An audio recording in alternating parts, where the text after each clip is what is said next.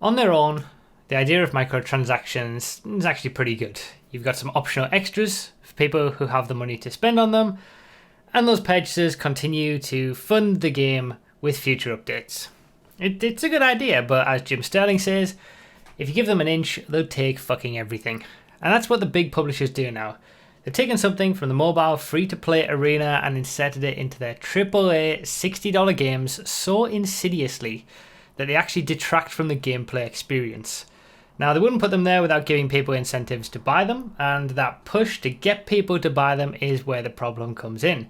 The incentives that they use are always different, but they're always a negative experience when you compare them to just consuming the game content without them. For example, there's quite a big difference between buying skins for weapons, buyable for $1 each, and you can choose to buy the exact skin that you want, and the glorified gambling that is loot boxes these days, where you never know what you'll get, and you have to keep pumping money into the system to get what you want. Not to mention the fact that you're paying extra in your premium game for items that once upon a time would have just been in the game from the start. And if you're one of those people who says it's free content, stop complaining, or you don't have to buy them, then you're part of the problem. Nothing is ever free. DLC in GTA, for example, either costs you money via shark cards, or it costs you time, the time it takes to obtain the things that you actually want. You gotta ask yourself, what would you do in GTA if you didn't need to earn money? Would you play in exactly the same way? Or would you do more enjoyable things, or even play at all?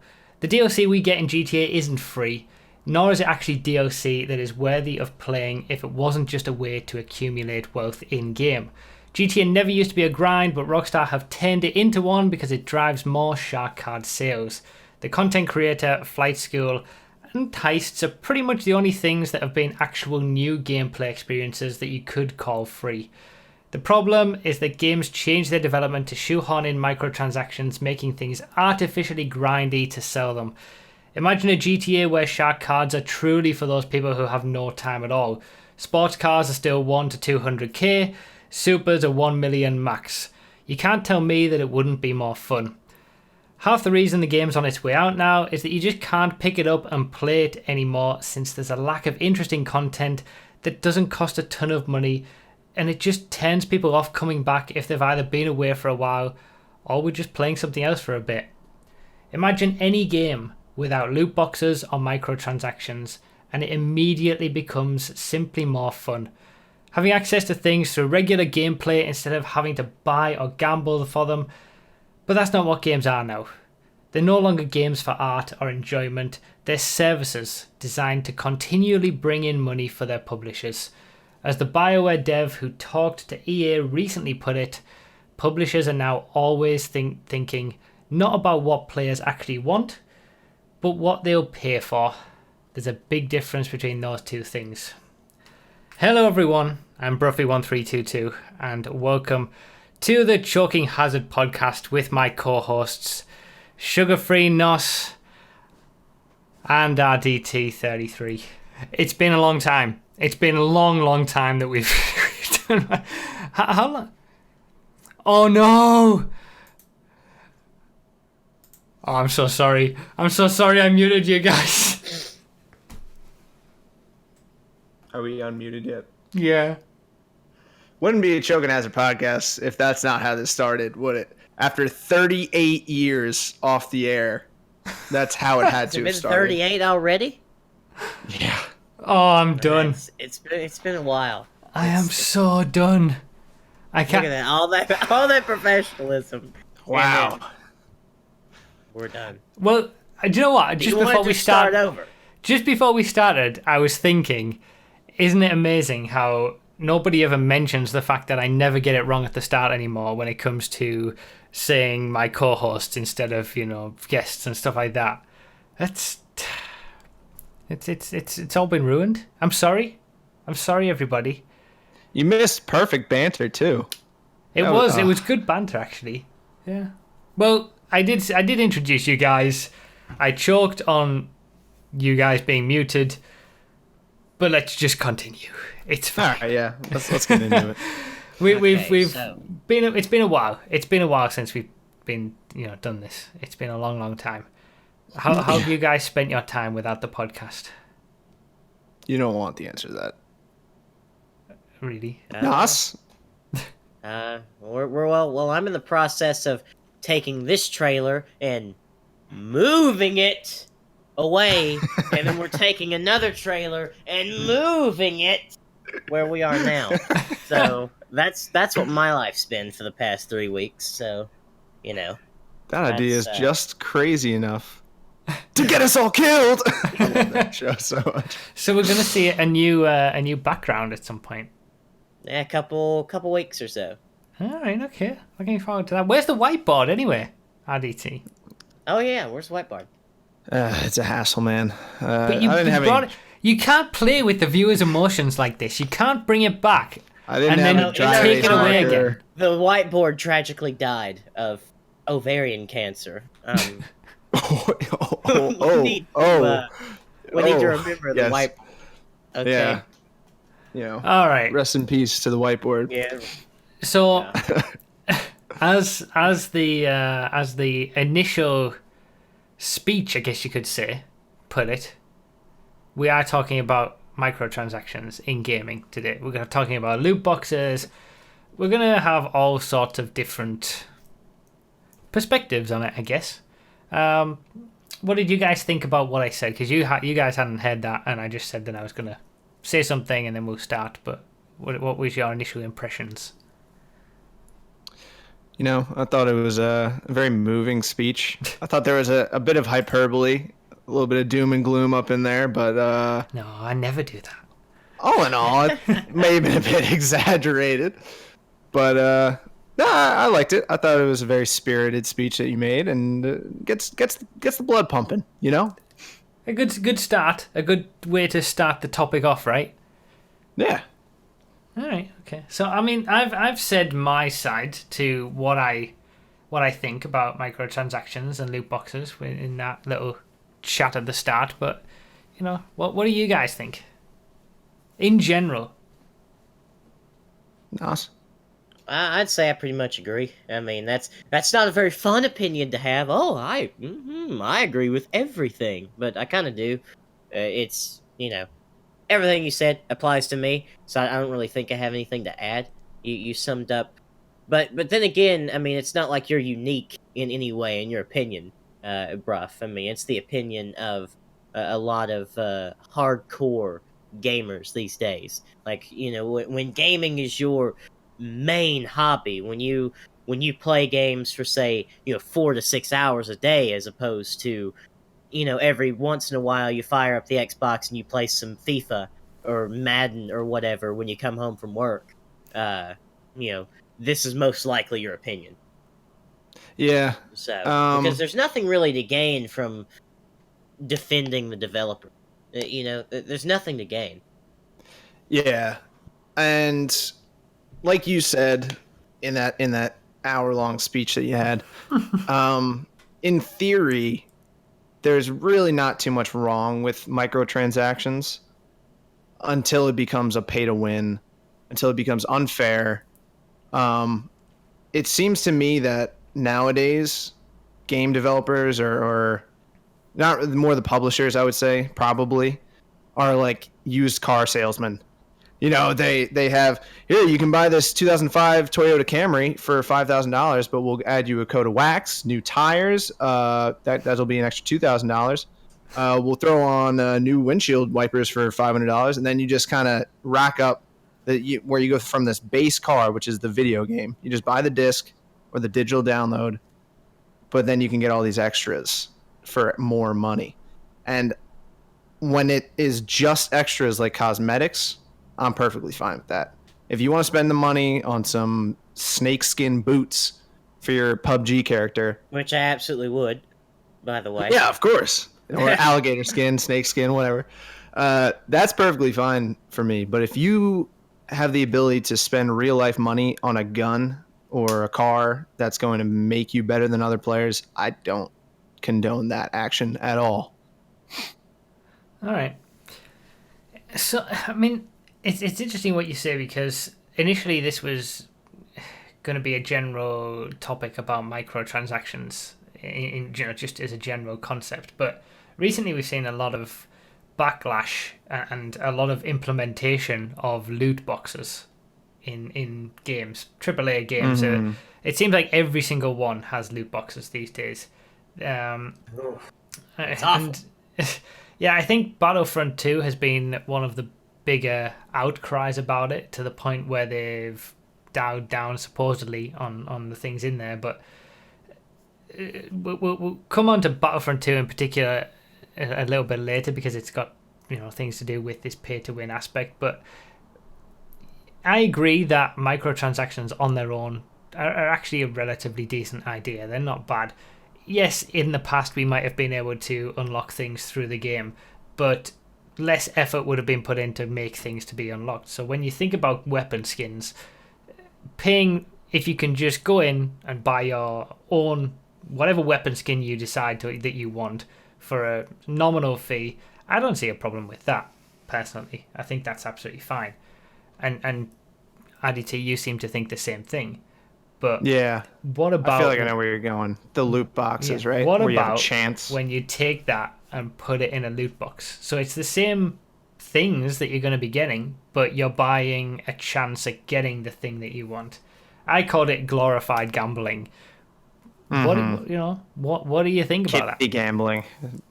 It's like for 18 minus gambling. Yeah. I mean, the game that I'm playing right now most often is Call of Duty World War II. Call me sheep, call me a noob, whatever you want. But I'm having a lot of fun with that game. And from what I can see so far, I haven't, just on Xbox at least, and from what I've gone through the menus, there's no way to buy supply drops or the currency. I was looking through, the store only sells season pass, which is bad in itself, but I didn't see anywhere to buy the currency or the loot boxes. I could be wrong easily, but you can earn the currency to buy drops. You can earn the drops themselves, and you can buy the certain items in the boxes with the right amount of money. So is that I think that's what if you have enough of the armory credits, I think that's what they're called, you can buy the specific items in the collections that come in the loot boxes. And I think that's a great way to do it. How do you get those armory credits? From playing the game. I haven't seen them any other way. You can do like contracts.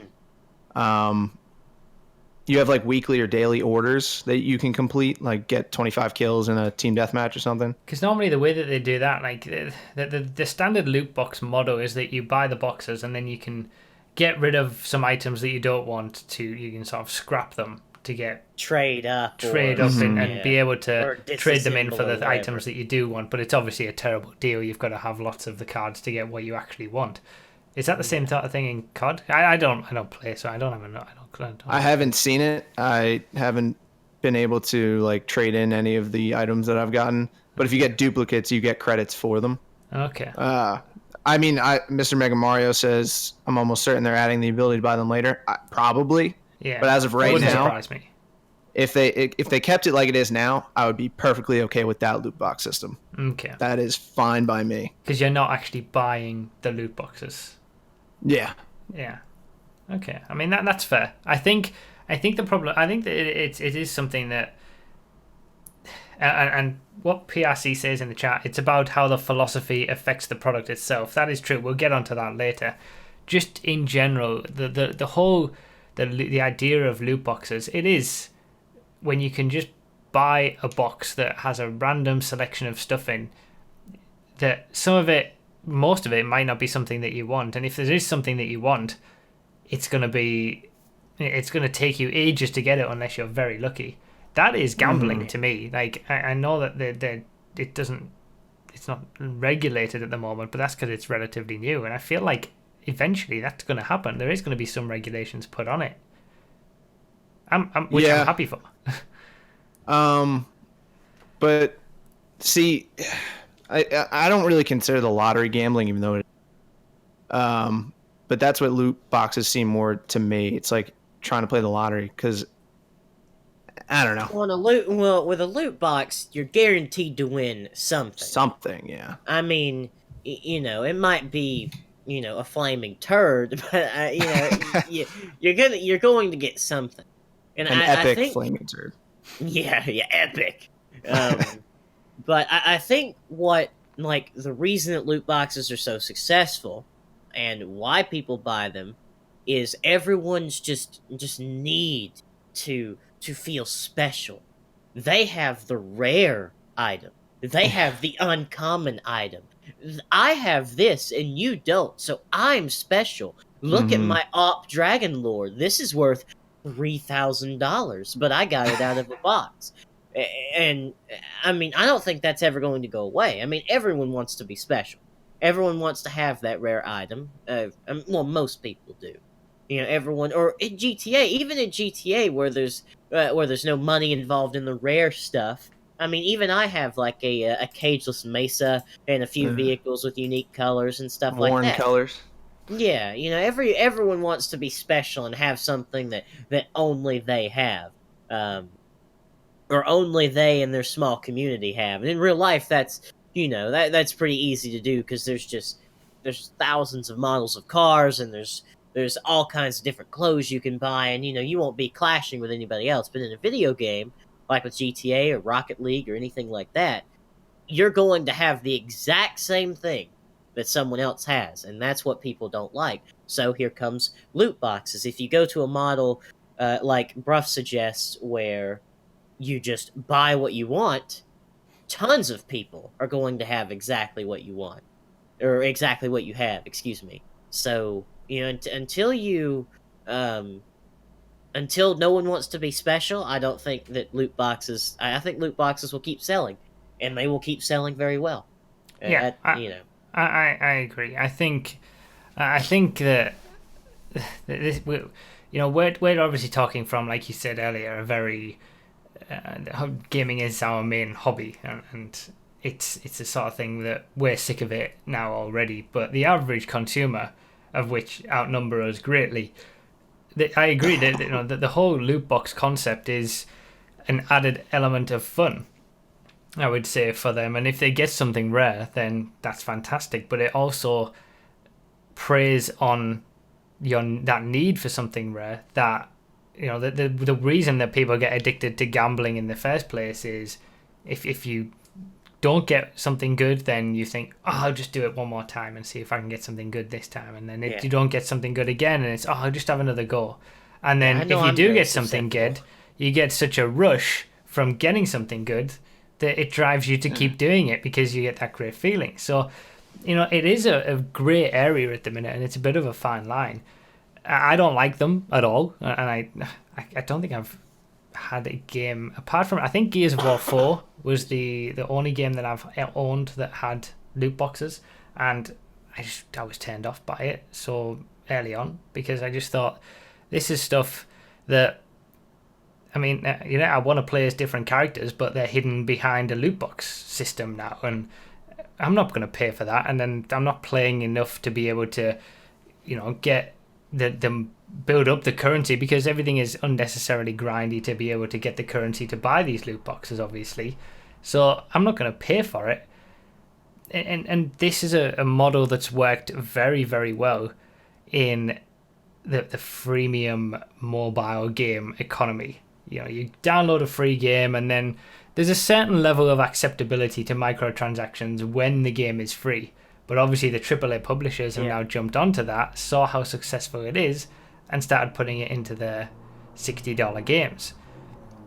And I think that's where the problem lies with most of the hardcore gamers such as us, who've grown up with games being a game. You pay your money and you get a complete game experience, and not there's that image that gets put around the internet every now and then of previously you used to get the burger and then 2 DLC packs that was the chips and the drink, and now you get the main game, which is the bun, and then there's the burger, the lettuce, the tomato, and one fry. It's all microtransactions.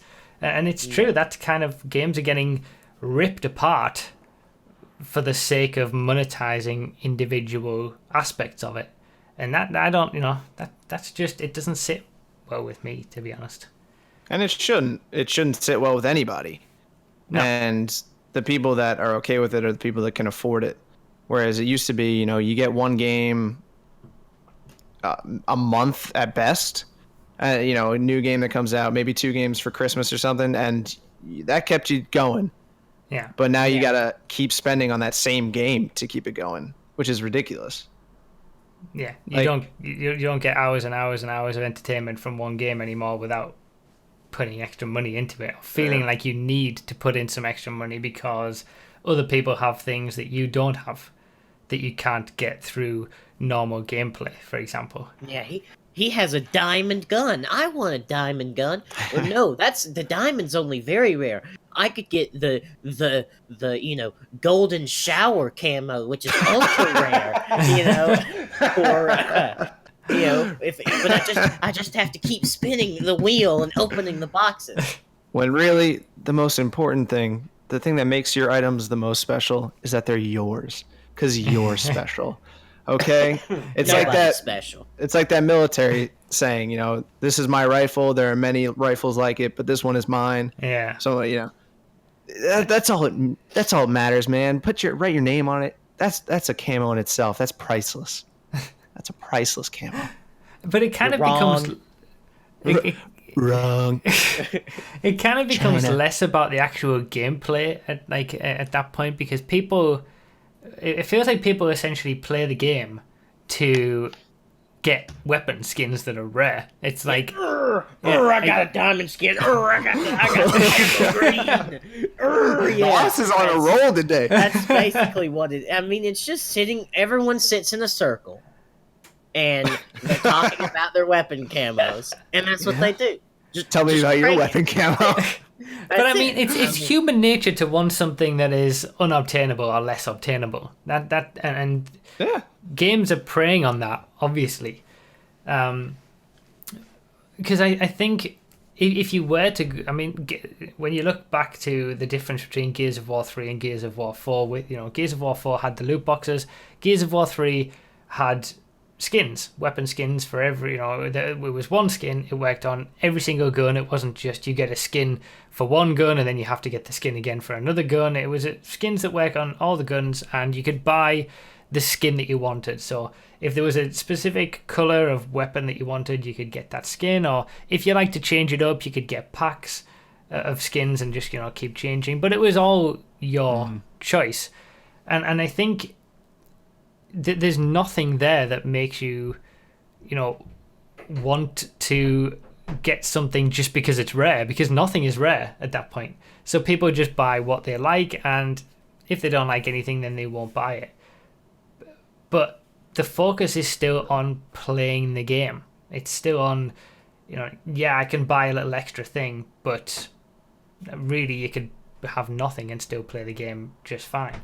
Whereas more recently, things have started to get a little bit more insidious, where it's come to the point where it's getting into more of a pay-to-win territory, and you get specific items that are going to help you in games that, again, are behind this whole loot box system. And Battlefront 2 is the main The culprit. problem, the culprit with that.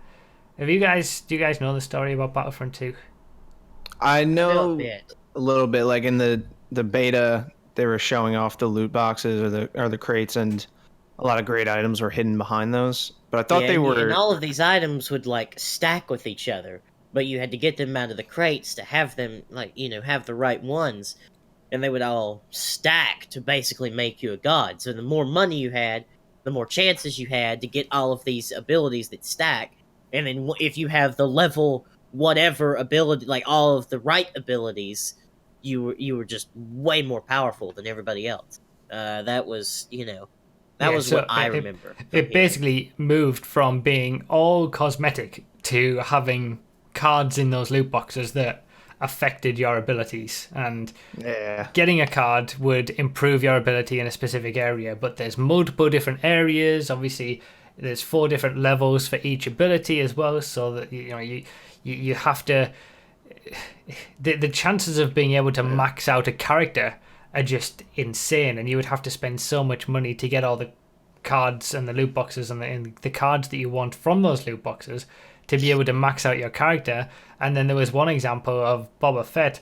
One of his abilities when it was at level 4, and these are all cards that you get from random loot boxes that you can buy, it was that he had 100% damage reduction when he was using this jetpack.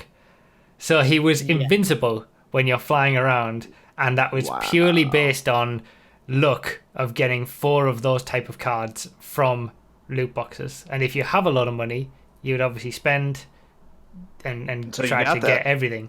Yeah, it's insane. Wow. And so they've really gone over the edge into the pay to win territory. Other games have been doing it, and I would say GTA on a certain level, even though it's not really fully competitive, but you need to have a good car, and the cars keep getting better and better and more expensive and more expensive. So there is that element there, and games have gradually tried to push the boundaries to see what they can get away with. And Battlefront 2 kind of took it to a new level. Like, not only that it was pay to win, but it was pay to win behind these random chance loot boxes as well. It caused a lot of fuss. It really did. And is that still going to be... The game comes out this week, does it? Or next Tuesday or something, I think? Or Monday? I thought it was the I don't know when it 13th. comes out, actually. Or the I don't 17th. even Might be watch- next I Friday. don't even like Star Wars, so I have no idea. But that pushes the level of insidiousness way beyond regular microtransactions, I think. Because up until this point, I would say that shark cards are kind of up there, and they seem innocent. You know, spend a little bit of real money, get some virtual money. But they priced for just $10 less than what the game cost when I first bought it. They priced the Vigilante at $50. So you can get the game and then buy another copy, but this one comes with a Vigilante or something. Like, it's when you put it into perspective that think you could get a completely new game, a completely different game for the cost of one car or 2 cars or something like that. When you put it into perspective like that, it's just insane that that they sell. But people don't put it into perspective like that. They don't think of it that way, and that's what these the publishers and the developers are all hoping for. I don't know, man. This is gaming now. And that's what the Take-Two CEO was saying in that interview. He was saying that they want to have recurrent consumer spending, and it's going to be in every game that they produce or create or develop from here on out. Yeah. And so for anyone who didn't see that video, it's the last video that on YouTube that you'll be watching after this goes up. So yeah. And I this is my theory. So I'm trying to dispel a rumor that I think is a rumor. The article that I read said Take-Two CEO wants recurrent consumer spending, read microtransactions. But the way he said it was, it doesn't always have to be an online model, probably won't always be virtual currency. So what he means is he wants to create a world that allows, a game, I should say, that allows for consumers to come back and spend more money. And it could be a form of a DLC. That's how I read that.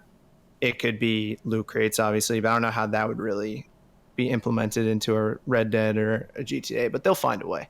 But I think they just want you to come back and spend. So DLC is definitely part of that recurrent consumer spending. It doesn't just mean microtransactions, I don't think. Yeah, I'm gonna look at that again whilst you talk. And I'll argue that you say, oh well, they could do it this way, or they could do it that way, or they could do a DLC. But what is their motivation as a business to go with a monetization model such as a $20 DLC that is not as good as doing some kind of loot crate or microtransaction system? What is their motivation there to do that? I mean, because if they go, and I saw a discussion in chat, I'll divert a little bit. Like, let's say you go with the classic model of you just have a DLC. You buy the game, and a few months later, a year later, somewhere down the line, content is made for that game that was explicitly made after the launch of the game, and they sell it for $15. Like take, for example, American Truck Simulator's latest DLC in New Mexico. That was a piece of content made after the launch of the game that is now selling for $12.99, and the game I think retails for $15 or something like that. And I mean, I feel that model is absolutely acceptable and fine. Yeah, because you're not taking anything away from the main experience. You are only adding to the experience, and I have no problem with that. And that's one of the more that's the correct way to do things. So is what you're saying? You're worried that they'll create a game and purposefully hold something back to sell to you later? Well, games do that all the time. They already do that. Yeah, they already do that. No, what I'm the saying time. is that you're trying to play devil's advocate and say that, well, they could be nice and do acceptable practices, but the acceptable practices, the $15 DLCs that are content made after the game are not as profitable and not as easy to make as something like cosmetic skins from a loot box. Well, I wasn't trying to justify it. I was just saying that recurrent consumer spending doesn't necessarily just mean microtransactions. Yeah, it doesn't just mean it, but in reality, they'll probably couple a bunch of different strategies together. They'll have the DLC and the microtransactions. Yeah, most likely. Still, I think the one bit of proof, or at least suggestion, that a paid DLC thing isn't in the mind of Take-Two at this point is that we never got a single player DLC for GTA, which we were going to. It was planned.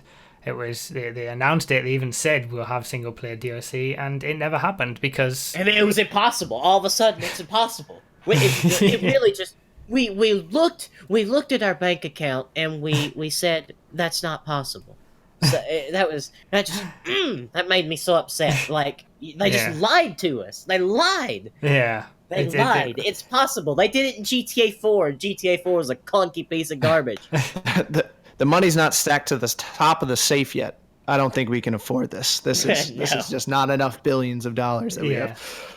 They were making too much money on the microtransactions to think, well, we're putting out content that costs us very little to produce in, reskinned cars, little game modes that we've seen recently. Or obviously, they're just reskins of previous game modes.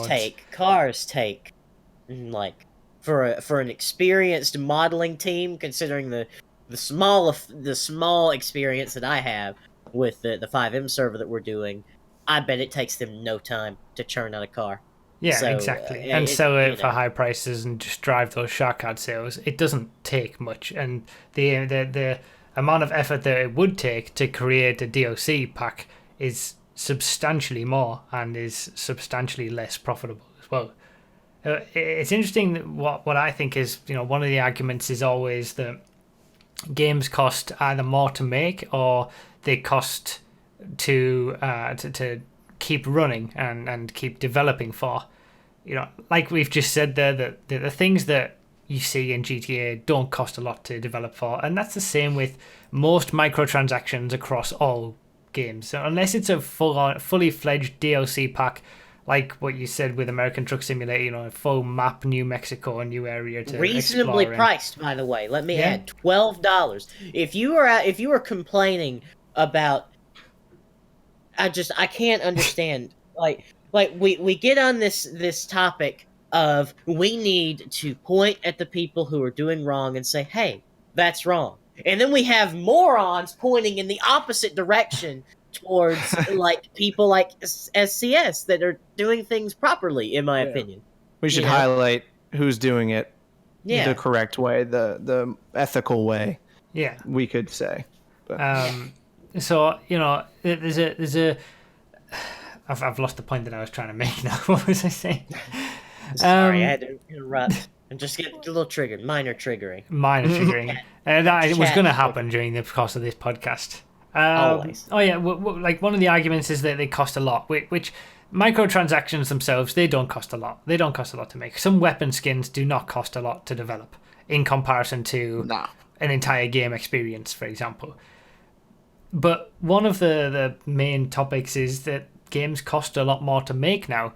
And there's a really, really interesting video that I watched the other day, which I did link it in the video that I mentioned about GTA the other day as well, but people probably, people are blind to this and don't bother watching anything else that may disprove what they think about things. But it's a great video that explains, by looking at all the financial stats of all these game companies, I think it's EA, Ubisoft and Activision are the three main ones it looks at, that games are actually getting cheaper to produce. One of the main reasons is being that the move to digital distribution means that they don't have to spend as much money on packaging up and selling discs and producing discs. They're also making such a small amount of games in comparison to what they used to do 7, 8, 9, 10 years ago. Basically, the game companies have gone to making more expensive, a smaller number of more expensive games, but their overall expenditure is the same. But they're just loading them with microtransactions such that their profits are actually higher than what they have been ever. So it's always a thing where people say they need microtransactions to keep funding the game, but the profits are higher and higher than ever, and that incorporates the amount of cost it takes to run the games. So how can that possibly be the case? It's not, and it's just everything that comes out of the publishers' mouths when they talk about stuff like this is just anything to deflect away from the truth that the microtransactions are literally all for profit. That almost doesn't even make sense if you think about it. You could look at developing a game like a loan. You put in all this money. It's an investment. You put in all this money to develop, and then you put out a product expecting to get that money back. But now they're looking at it as if we're not going to make the money back on this, so let's just make half of a game and charge people more for in-game products. Yeah. They keep making back they do make back the money that they spend on the actual sales as well. The microtransactions are just extra. They have no need. Yeah, there's never been a problem with money. games not being profitable. It's just whether they're profitable enough. And I think there was an interview or something where someone at EA said, single player games aren't dead. It's just that the economics are a little bit weird about it at the minute. And that doesn't mean that single player games aren't profitable. It's that single player games aren't profitable enough because they don't have microtransactions in them. And games are now publishers are now pushing for games that are going to be the most profitable they can be. So big AAA titles full of microtransactions where they don't focus on anything that might be a bit of a risk. Or we saw it with Dead Space, that it was a niche game that a lot of people really loved, but it wasn't a mass appeal game like a Call of Duty, for example. Horror is not a mass appeal genre. And then they tried to make it a mass appeal game with all the they seem to do a lot of nonsense with Dead Space 3, and then because it didn't sell whatever they wanted it to sell, which it was like 5 million copies or something, which it was never going to do anyway because it's a niche game. They stopped it, they cancelled it, and now Visceral, the studio, has gone. They've shut them down. Yeah. And that it's not that Dead Space was never profitable. They still made more than their money back, more than what they spent on it, but they didn't make enough. Not enough money for the money god. Now we have to sacrifice someone. Can't get my second Ferrari, so got to shut down an entire studio that made one of the most recognizable just a few horror games ever. that are great. We had Visceral, who made Dead Space, as you talked about. Maxis, who made Sim and Sim City for so long, and I mean the Sims and Sim City are like a staple of gaming. Like when people when people who are not gamers think of games, they think of GTA. That's the one, because that one's always in the news. And they probably think of something like The Sims because it's super casual, super easy to get into, and a non-gamer can very easily play something like The Sims, and a lot of non-gamers have played stuff like The Sims. And then Sims you were one of my had, first ever games. yeah, it was one. It was some of my first games as well. Back on the PS2, I remember playing the original Sims on the PS2. Um, and then you had Pandemic as well, which was one that hurt me, because I Mercenaries was fantastic. Both of the Mercenaries games were absolutely great back on the PS2s. And so it's a shame to see these development studios end up like they have. You know what the next one is going to be, don't you? Which one is the next one? Tell me. BioWare. Oh yeah, they're definitely Absolutely. next. And I can never forgive them for what they did at the ending of Mass Effect 3. Oh, my Lord. Mass Effect is my favorite franchise ever, and it's not the story and the choices that they made for the story at the end of the game were bad. It's just that it was so obvious that it had been rushed out and rushed to be finished. They could have done so much more with the ending of that game. And then they palm off the Andromeda sequel to a secondary team. And just, again, there's actually... I'll link all these things that we're talking about in the description of this as well. But an interview with one of the developers from BioWare who worked on Mass Effect Andromeda who left, and talking about EA and basically saying that we tried to create an open world type thing because that's what EA wanted, but we just didn't have the expertise for that. That's not what BioWare was all about. They're about creating in-depth single player games. And then they changed to make Mass Effect Andromeda what it is today, but they didn't have the time, and they were being pushed by EA, and it ended up being honestly not very good. And that's going to be BioWare. Like they're not. They are known, and they've always been known for creating incredible single player experiences. EA comes in and ruins the end of Mass Effect 3 at least, and then continually ruins. Andromeda's not a good game, is it? It's not a good game, and that's how it happens now, because EA don't want to have devs produce good single player gaming experiences because it's not as profitable as big online multiplayer experiences filled with microtransactions. Having said that, there are single player games, or there is a single player game that has microtransactions as well. Shadow of War. Oh yeah. What a shame too. I know. Shadow of Mordor was a quality game. I've not played it, but I've played heard extremely high praise for it. It was a quality and I've heard game. extremely high praise for Shadow of War, to be honest. It's just that it gets to a point towards the end where it becomes a bit of a grind to get to the true ending, and you can skip that grind with microtransactions. Of course you can. And that's how it's done. That's how insidious it is these days. That this isn't just with single player game like Shadow of War. This is how it's done across the board, and we see it with GTA. It gradually, GTA didn't have too bad of a system. It was okay at the start. The prices for things were pretty decent. The shark cards were expensive, but you got a lot for your money. Yeah, you got $8 million back when the game first came out in the first year of the game. Oh It my was goodness, huge. that would be. That was that would get you plenty of stuff. It would keep you going for ages. But then it got greedy, and gradually things got more and more expensive, and the game turned into a grind. And GTA is never meant to be a grind, and all these other games are not designed to be grinds. They want, Call of Duty is meant to be a shooter. GTA is meant to be an open world, where you go in and have a bit of fun, and you can drop in, drop out, and do whatever you want. Yeah. Shadow of War is a single player game. Here or there. But all games are being turned into a grind, or have some grinding required to do them, because the more that you have to work for something, the more chance that they have to sell the microtransactions to get you through that quicker. And it's all artificially made. Like if it was just up to the game developers to create a great game experience, it wouldn't be that grindy. There are some grindy games out there that are based around that, but they're for a specific niche audience who like that. Not every single game. And GTA was never a grind. Like, No. There were some comments in that last video. What? It never had that online component that required it.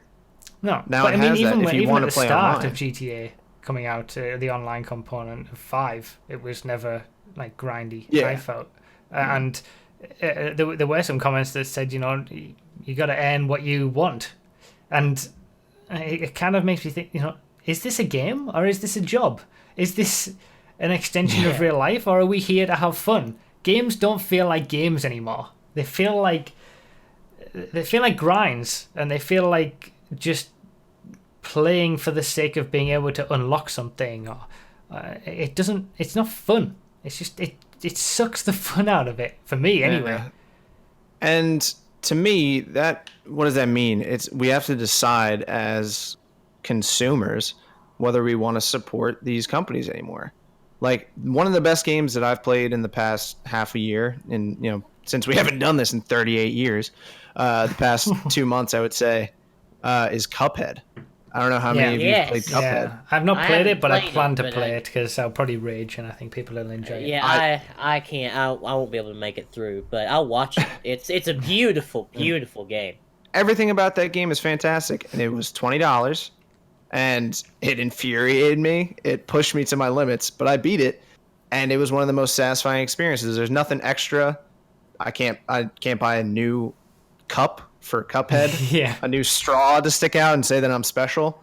It's just straight up and down game. A video game. You bought a video game. That's what I did. You bought bought an a video experience game. that was reasonably priced for the amount of the game that you got out of it. Yeah. Yeah, That and was that's great. how it should be. That's how it always used to be. But it seems like it's only indie developers that are doing that now. But you call them indie devs, but with the big publishers are making less and less games, and they're putting all this bull crap into them. AAA games to me aren't premium game experiences anymore. They're just not good as a game. Whereas indie games, they're the proper games, they feel to me. Like Cuphead recently, Hellblade, which was a AAA game experience, so they said, to make it in terms of the graphical fidelity of it. It looked fantastic, and they sold it for $30. One of the biggest games in the world right now on Twitch, just in concurrent players, is free to play. Fortnite Battle Royale. Yeah, free. Is that one of the completely big? free. Is that? I don't know. I feel like that will pass. I mean, but, PUBG is still a lot bigger than it, but at least like a million people. I don't know. But something like that. PUBG is another one of those games. At least is there microtransactions in PUBG right now? I think there are now, there or are. they added them. There's some cosmetic Yeah. stuff going on. Okay. But then again, you don't mind. Hello, she brought me tea. I just wanted to bring you tea. Thank you. Sorry for being Do nice. I not Thanks, get any? XT. Curious? Can you- I they have a want some? bottle of water. Yeah, Nas is hurt. Nas Right. is sick. He needs Yeah. tea. I got green, I got red, I got Yeah, she's got all the of them, teas. all of them.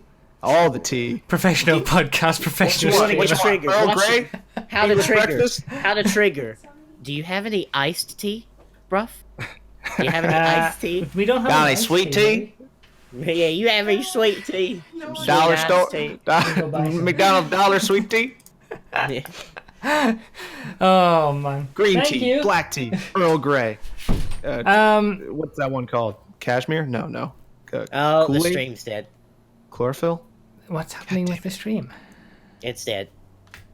Oh, it's having significant issues. No, it's back. Okay, it's back. We're back. I randomly Back in went to black. 16,000 kilobits a second.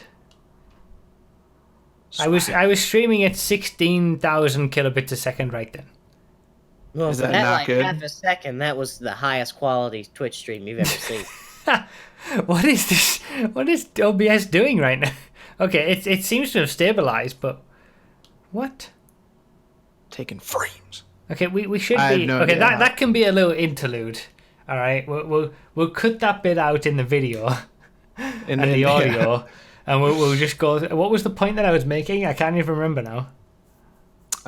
Some indie games about how you're gonna raid every one of my streams from now on out, something like that. I don't know. I don't know. No, I it was thought he made that it was promise to about me. it was about indie games, Hellblade, Yeah, Hellblade, Fortnite. Fortnite. Yeah, Kind of. like the idea of a free to play game having microtransactions is fine for most people because that's the only way that they make their money. Yeah. So in that respect, a free to play game being popular is good, and then you've got all of these indie games that they're kind of filling in the gaps, and we've seen this before where the big publishers decided that horror games weren't something that people wanted, and then indie developers filled in that niche with things like Amnesia and Outlast and games like that, and they became huge. And I think we're starting to see that with just a wider variety of games now, that the big publishers focus on the same type of bland AAA experience, and we have these indie developers that are filling in the gaps for those who want the single player experience or those who want a game that is just a game. And a lot of the games that I've played over these non-GTA Fridays that I've done have been indie games, and they've been better experiences than what I've had from any AAA stuff. Undertale is a great example. Just great game, great story, well priced. That's it. So I think we're seeing a change generally in how gaming is. That's the way it's gonna go.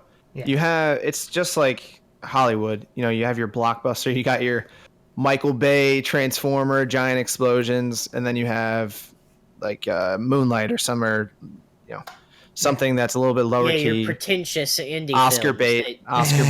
Yeah. But you're gonna have your fun movies that are gonna make $300 million at the box office, opening weekend because there's Bud Light and explosions and Mark Wahlberg, and then you're gonna have the other ones that I love the Funky Bunch. then you're gonna have the ones that make a little bit less money but are more creative and a little bit more fulfilling, I suppose.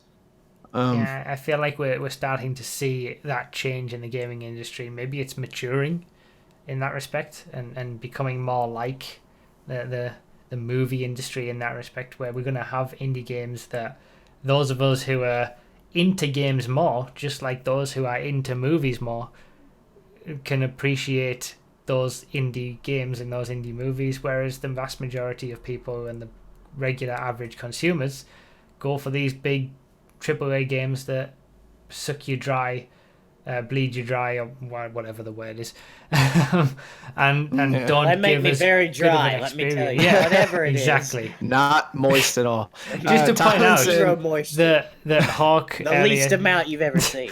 Hawk said, "How can Fortnite be considered Serengeti. indie?" I didn't say that Fortnite was indie. That it was just it's free, the battle royale mode. So it's it's free to play. That was the point that we were making with that. I just got stuck in with the indie stuff. But it's interesting to see how it's going, and I don't know how it's going to progress. But it's an interesting time because none of these big games really appeal to me anymore, and especially when you look at something like GTA and Rockstar, and you can guarantee that Red Dead Redemption 2 is going to have microtransactions in it in some way, and obviously the next GTA, this is just the beginning, as Strauss Zelnick aptly put it. What does this mean? It's more that we're annoyed that our favourite franchises get this treatment. There's always been FIFA, and it's always had this, these microtransaction things. It was one of the first. There's always been these sports games. Obviously, NBA 2K17 has pushed it that extra level, which is, and you're starting to see them pushing it beyond what is acceptable to most people, and then they'll just scale it back and keep it at a nice level. But now it's starting to infect all the games that we've grown up with. I played GTA 3 and I've loved all the games, and now you see what it's turned into, and it's just a shame. It's more of a shame than anything, and you can kind of see why Leslie Benzies left Rockstar. If what we're seeing come out now, it was all happening in the background, a year or 2 years ago. Nothing is just instant, and he obviously wasn't happy with that direction. But it's a shame for us as fans of these franchises to see them get this treatment and be devolved a little bit from games.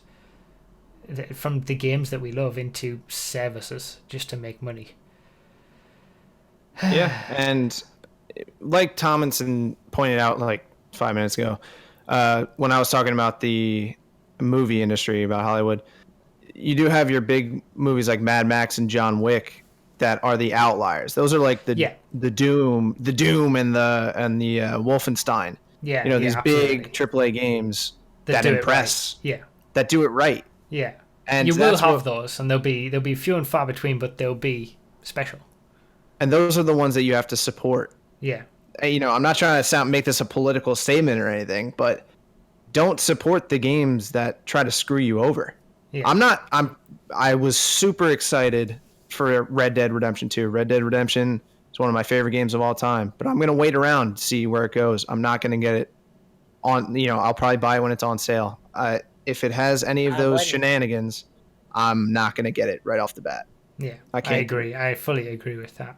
And I think that's a good thing, that more people who are within, more knowledgeable about the gaming industry will start to do that. It's just that the average consumer probably won't, until hopefully everybody starts to cotton onto the whole thing of what they're doing. But yeah, it's a shame. And and people don't take it seriously enough too. No. I mean, that's the problem. Is that the consumer? That's always a problem. Is that the consumer is not informed enough on the product.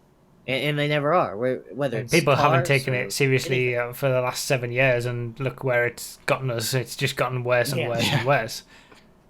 Because it's the people that, and I have been guilty of it. It's the people that say, "Oh, well, you don't have to buy it if you don't want to," because then they slowly creep up and they pull a Battlefield 2, and Battlefront 2. Whatever it is. I don't know. I always get those. They're made by the same people. They're made by the same people. Battlefront 2, no good. Yeah, I agree. But they, because they take and take and take, and they see how much they can get away with. Then eventually, you become invincible if you spend enough money. Yeah, exactly. So that's how it goes. And I agree with what Tomlinson said earlier. The whole point of microtransactions is, here's a couple of bucks, not here's the whole box price again.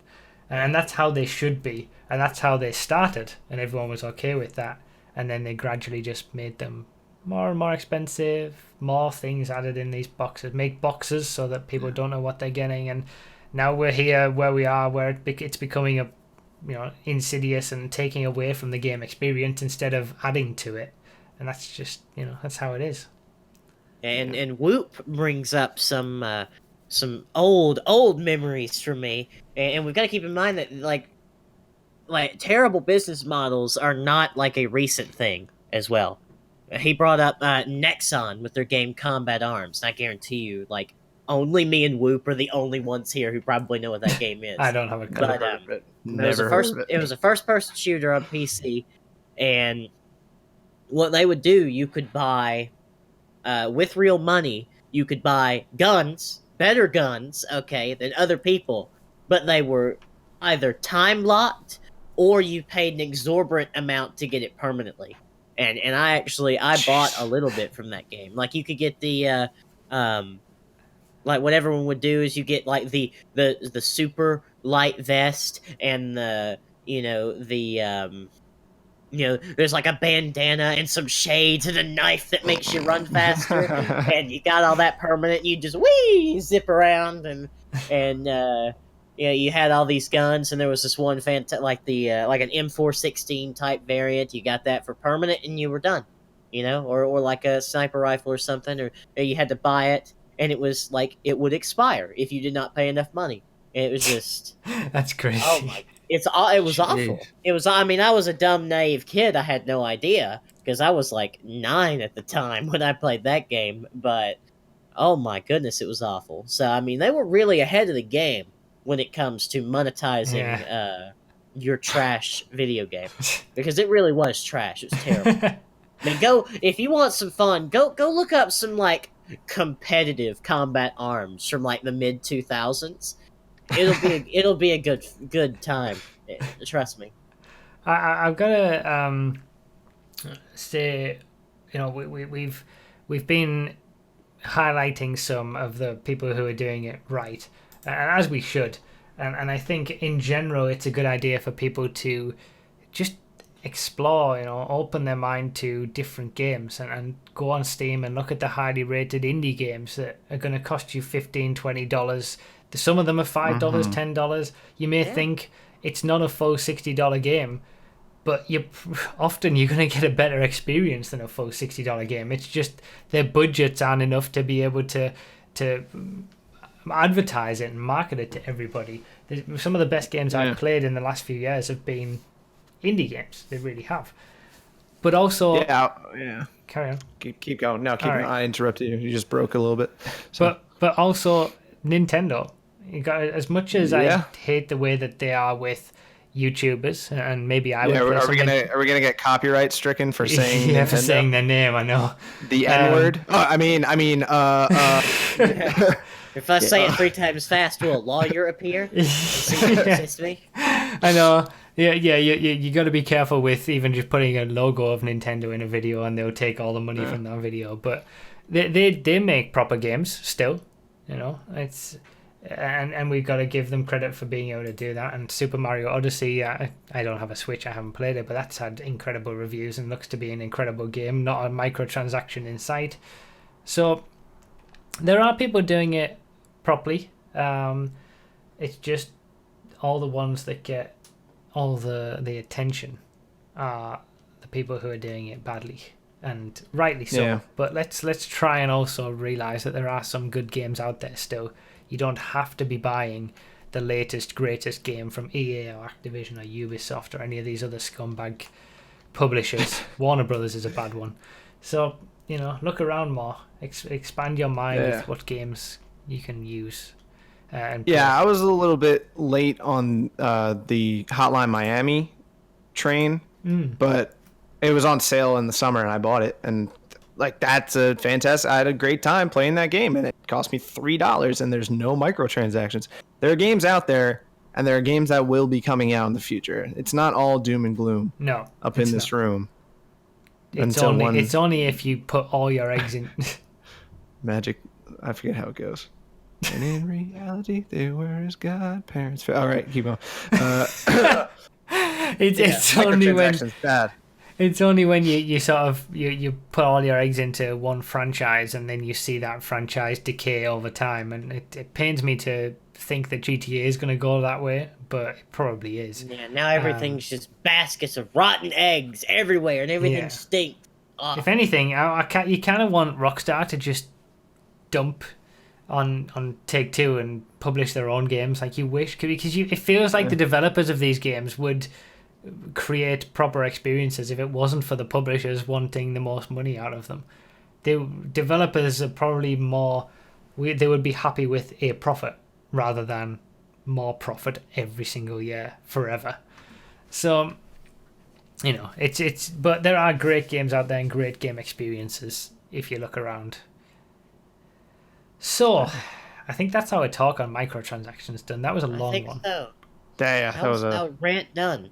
Do we want to transition into your little vacation that you had? Yeah, because this is obviously...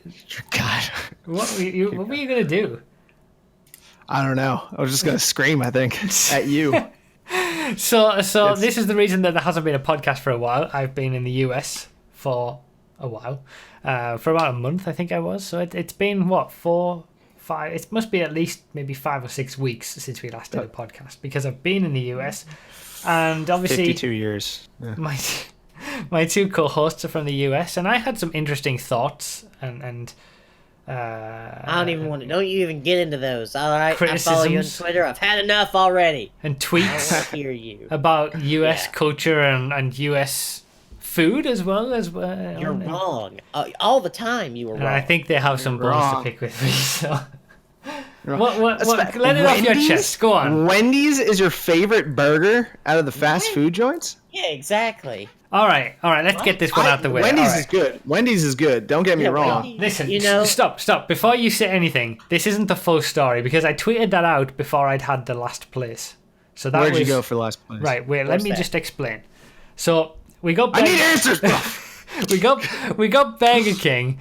and McDonald's over here. So I didn't try those. But when I went over to the US, I wanted to try the main fast food burger places, not these gourmet places that people were giving me suggestions for. I wanted to just try the fast food stuff just to see which one I liked the best.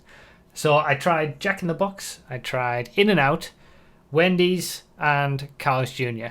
And I was just trying the burgers, the basic burger. And I decided that the best burger on its own, as in just the burger, was Wendy's. I thought... You mean like the whole thing, right? Not just the patty? No, not just the patty, the whole thing together. But it microtransactions? It had the best patty as well, but then the rest of the bun and then everything in it. And I thought that was the best burger if you're just looking at burger. Out of that list, I've only had Wendy's out of that list. Oh, so, really? Yeah. Well, what I was going to say was In-N-Out was a very big disappointment. Everyone was hyping up In-N-Out, and it was nowhere near as good as what people were saying. Jack in the Box was all right. Had a nice bun, toasted bun, that was nice. But hands down, the best overall was Carl's Jr.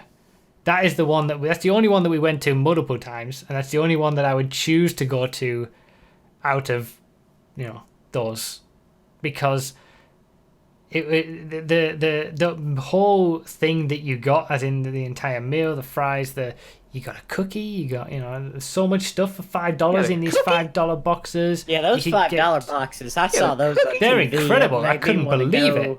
My local Hardee's, now.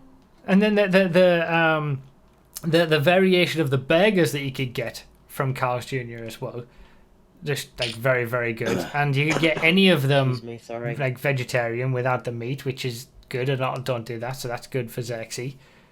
So that was my choice. Carl's Jr. was the last one that I went to, and I thought that one was the best overall.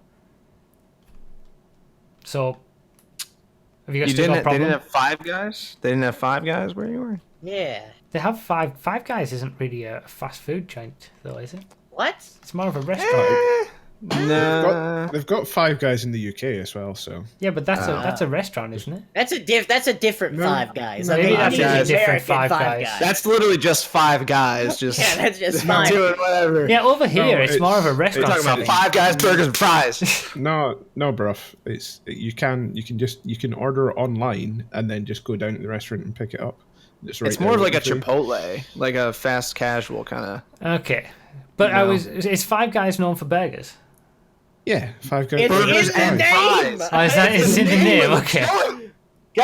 But is it? Yeah, it's not. That's what I'm thinking. Like what Tomlinson's just said. It's not fast food. Like it is fast food. Hey, 100% I want to know why we got to limit ourselves to fast food like a bunch of savages. It's pretty fucking fast, to be fair. You go to the counter, you order, and then you sit down, and they, hey, here's your burger, bro, and you go. Well, I was misinformed then. I wasn't aware that the Five Guys was fast food burgers. If I had known that, I would have tried that as well. Sorry, I apologize. Don't look at me like that. I can't even see you, so I'm just staring into your soul from across the pond. So okay. Well, you can't say anything because you've only had Wendy's out of the 4 that I mentioned. I don't even think I have Jack in the Box on the East Coast. Dying. I've never seen a Carl's. Where else did you go? Isn't Carl's something different over on the other coast? Could be Carl's Jr. I don't know. No, or Hardee's. Ross mentioned it. Hardee's, yeah, that's it. I think. Yeah, Hardee's and Carl's Jr. are the same thing. I wanted to try. Are you okay, Nos? No, he's dead. He's dead. I'm dying. Well, I wanted to try White Castle as well, but there were very few and far between. But that was just because of the movie. White Castle is the best. Never mind. White Castle's good if you're spending time in California, Colorado, Washington, somewhere like that.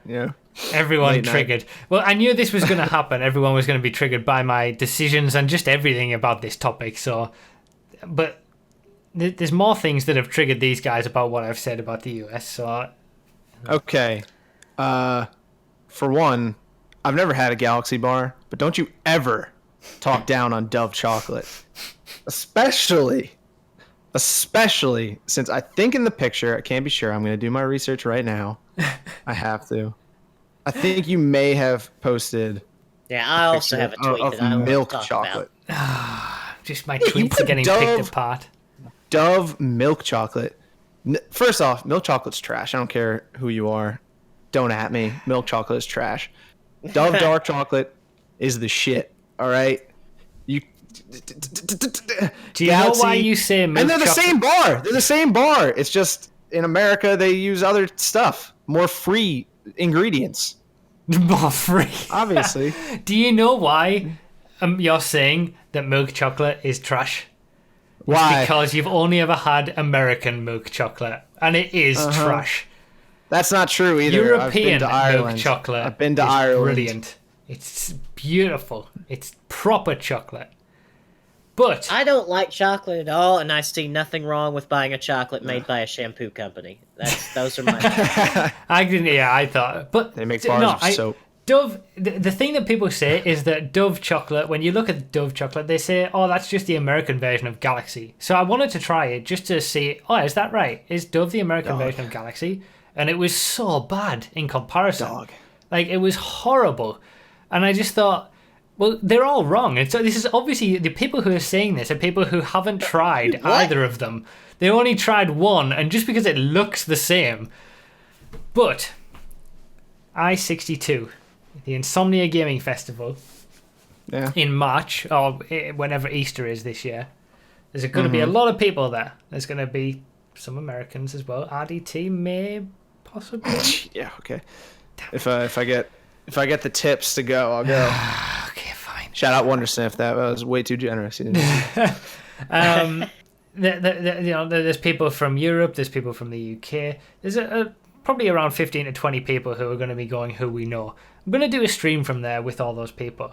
And I brought back some Dove chocolate.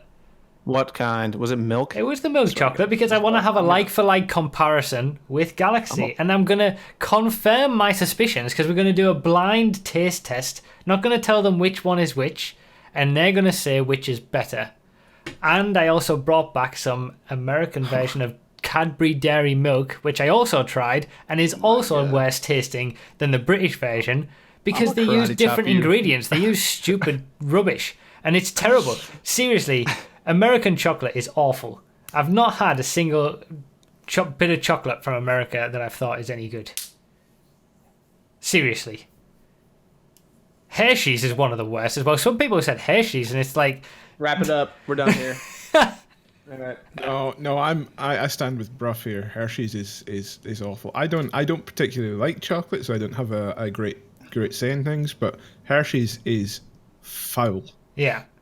And Foul. I do have a very sweet tooth, so... Can't. All right, okay. Well, that's... Blasphemy. Let's put a pin in that, Absolute and we'll blasphemy. see what I stand happens on this. firmly with fruit candy. Fruit Charlie candy. Chocolate's garbage. Okay. What else? What else have you got to pick, bones to pick with me? Nos, you had something, right? I have something to mention, but it's after the bones. Well, it has something to do with bones. It has something... Okay. What does it have to do with? Kinder I don't chocolate know, we'll actually find is the out. best. Yes, I agree. You can't even get Milk Kinder chocolate's eggs in the US. They're not Well, allowed. maybe yeah. if you stopped putting like toys and Stop spikes putting inside of them. stop putting you rat know? poison in your chocolate. Then Is that we'll because allow you- Americans are too... they don't have the ability to look after Sorry, you're themselves and not put a putting goddamn huge Ninja Stars thing in and chocolate swallow eggs. it and swallow their It's toys? it's super difficult to differentiate chocolate from plastic when you're in the US, so I can kind of see where you're coming That's true. from. That You're out, is here true. you're out here putting nuclear warheads in candy eggs. You can't. God. Oh man, yeah. I was actually reading about it before I went, and like even if you tried to take in a Kinder egg, like they'll stop you in customs, and people have been detained in customs for trying to take through a Kinder egg, and they Taken down. yeah, it's Smuggling guns Kinder good, eggs. Kinder eggs bad. All right, so what? So Yeah, let's not get RDT? too political about Yeah. this. No more chocolate. Chocolate's banned. Okay. All All right. right, what else? I have to mute myself in a second. All right, do you- I don't have anything else. I have no other bones to pick with you. all right, Okay. Well, I have something that does relate to Bones. Is Okay. it is on topic. So Xerxes tweeted at 8:28 p.m. on the 12th of October, and Xerxes says, "Guys, if you're out walking with your girlfriend, please don't stare at me. It makes me really uncomfortable." So I would like to know just how smug your face was walking the streets of LA with every single man staring at your girlfriend. That's what I was, because when I saw that tweet, I just saw your smug face It is that in my meme. head It walking is that down the meme. street. You know the one. You know the But one it I'm was talking Ruffy about. Kappa the whole time. I in don't my know head. which one you're talking about. What meme? It's like this guy walking with his girlfriend, and so he's like you as the Yeah, guy. Your yeah. girlfriend's like, let's do a GTA one. It's like you, your loyal fan base, and then there's a girl walking the other way. It's microtransactions, and the guy's just looking back at the one walking away, and they're like, what the hell? Well, I have to say, it did seem in America that people were more obvious about it. Like, they didn't care. They just looked.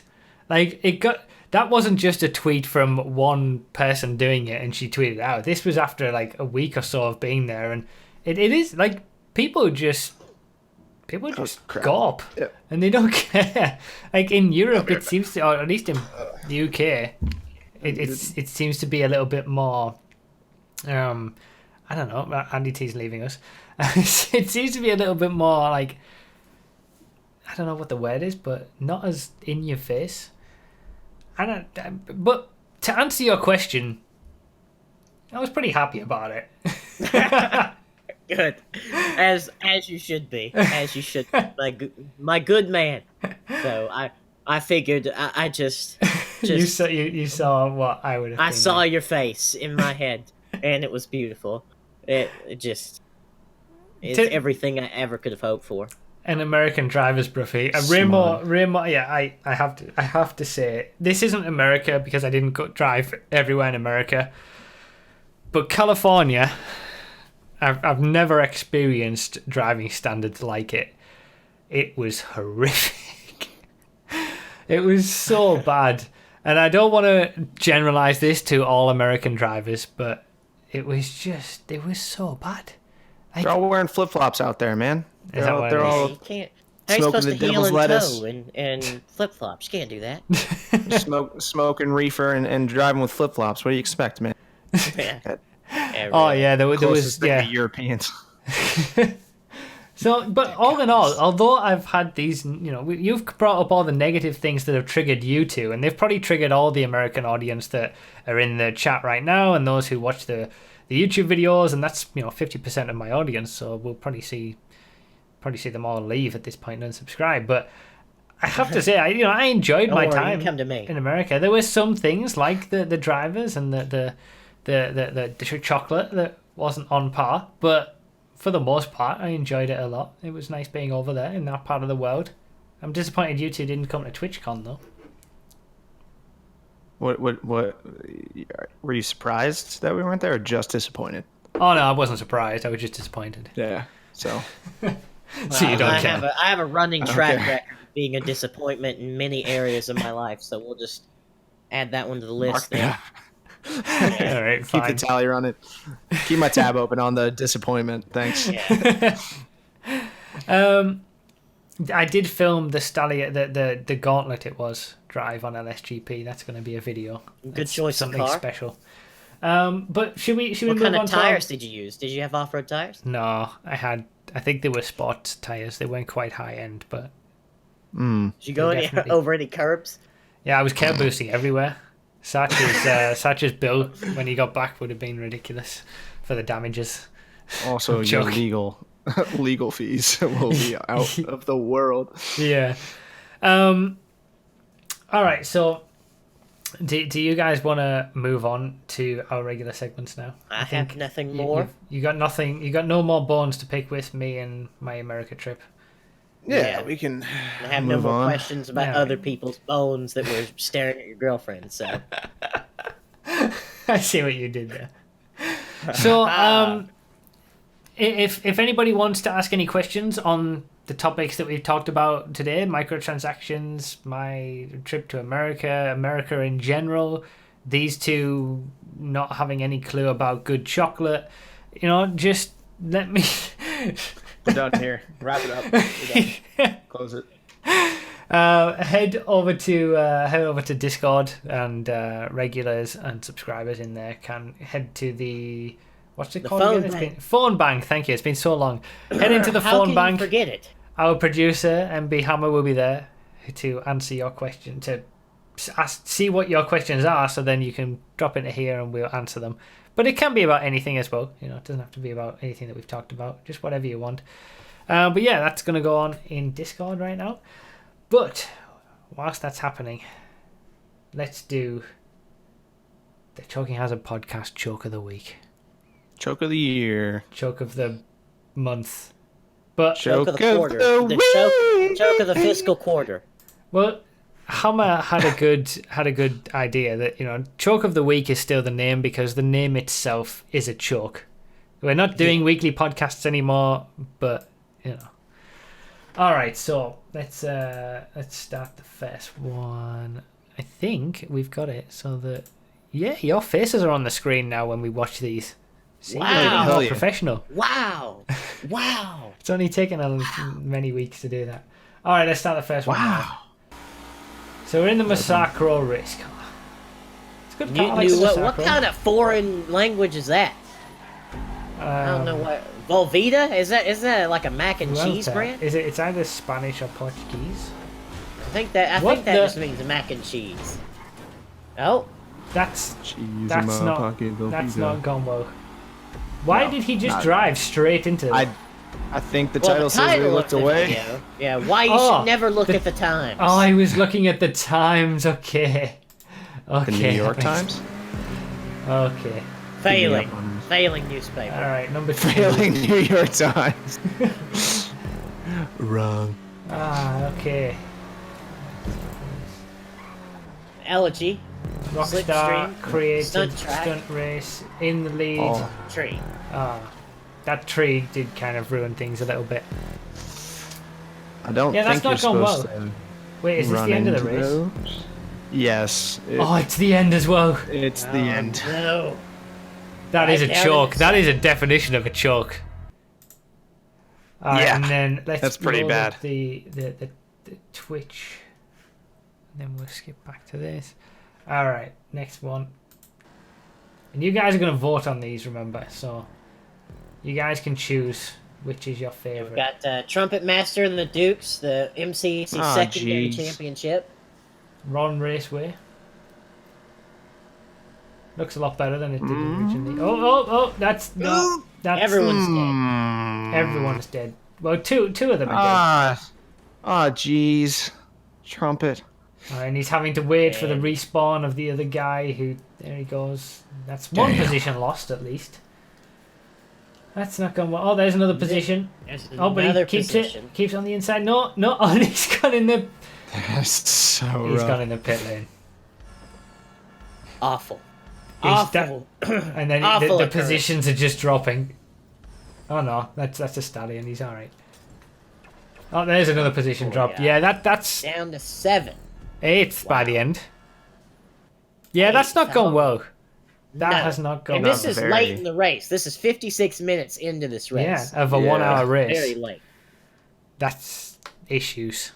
That's shocking. That's what that is. That's shocking. It's unfortunate. So, number 1, 2, or 3, you guys in the chat will be able to decide which one is your favourite, and that will be what we will crown the choke of the Our week Choking this week. Hazard podcast. Choke of the week. Will be- The straw poll is up there, so click on that and you can vote on the straw poll. Do you guys have a clear winner? I do. I'm just going over trumpets one more time to see the exact kind of implications of his choke. As I always, think we I have don't a like winner, to give our thoughts and our opinions on this until people have voted. Yeah. And we don't like to influence the results. What GT was the Dukes?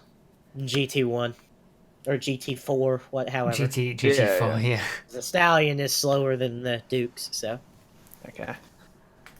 I think mine's tricky.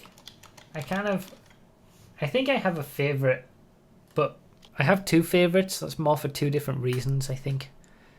Yeah, I've got. I have my winner, but I also have my winner. All right, how are we doing on votes? Apparently, it is a landslide already. yeah, that's a damn shame. You want to go ahead and give our thoughts then? Okay. All right, let's do it. Since it's going to be a landslide anyway. Yeah, that's a damn shame. I'm gonna go with clip number 2, the palm tree Really? mix-up.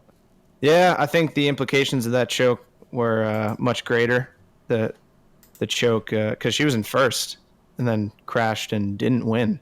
And from what I can tell from Trumpet's clip, he was in fourth. That's a fair point. Well, when you're in a long championship and points are on the line, I would consider fourth to be much more valuable than it would be otherwise. Yeah, the overall story behind Trumpets and the crash itself was much more grandiose, but a choke's a choke. Let's call a spade here. All right, Nos, what's your choice? It's just my opinion. Clip 3 for me. Clip 3 for me. It was just...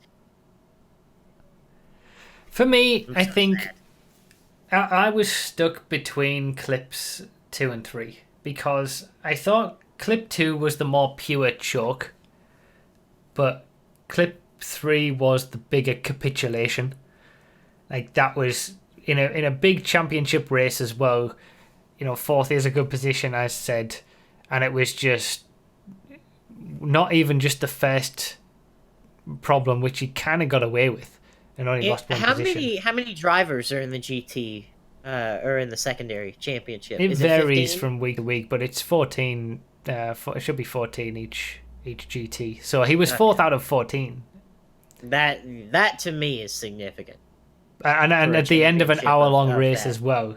I think the circumstances of 3 and just the choke itself made it my favourite. But I thought choke 2 was the more pure choke because it was from first right at the end of the race. That was under the pure definitions of choke. That was the best. And the for loss free. was apparently to Ascorbini, so I'm not gonna it understand wasn't that. just like random, but whatever. It So- appears that choke 3 won, right? Yeah, can we, MB Hammer, can we give the vote? That is correct. Choke 1, incidentally, was from Gale Viper. Choke 2 was from Wondersniff, and Choke 3 was from Trumpet Master. And Choke 3 is the winner. By 8. Congratulations. Yeah, You are jeez. awful. Well done. Awful, Trumpet Master. You're Well done. terrible. Well done. Good job, Well done, Trumpet Trumpet Master. Honestly, you Master. should just quit Terrible. now. That's how bad that choke was. Just Yeah, Trumpet just Master. don't bother. 69. uninstall. Yeah, Uninstall. uninstall on Xbox, PS4, PC, whatever it is. Just uninstalling all of it. Just remove yourself from the MCC, the main championship on Xbox. Just, You're a disgrace. I think that was a bit too much. But you are terrible. Well done. Well done. You are terrible. Yeah, well done. That was a landslide as well. 83% of the votes for Choke Yes. 3. All right. RDT. It's been a long time since we've seen an apple juice yeah. minute. And Hammer, would you like to Yes. go down, by the way? I gotta go. Oh god. Keep it rolling. Keep it rolling. Oh, see, this is the part of. All right, tonight's podcast has had some. Ups and downs. It's had some bumps in the road, because it has been a while since we've done this, so we're just getting back into it. The most of the bumps have been my issue, to be fair, so I'll take full responsibility. The start in muting people, and then OBS decided to go on the crazy giving 16,000 kilobits a second to the stream and dropping frames at the same time. How did it do that? But for the most part, I think we've had quite a good discussion. A good discussion on microtransactions, a good discussion on my hate of American candy. Oh, look at this. Uh-oh. But I was just about to say, this is where It's the our old podcast friend. starts to lose its professionalism.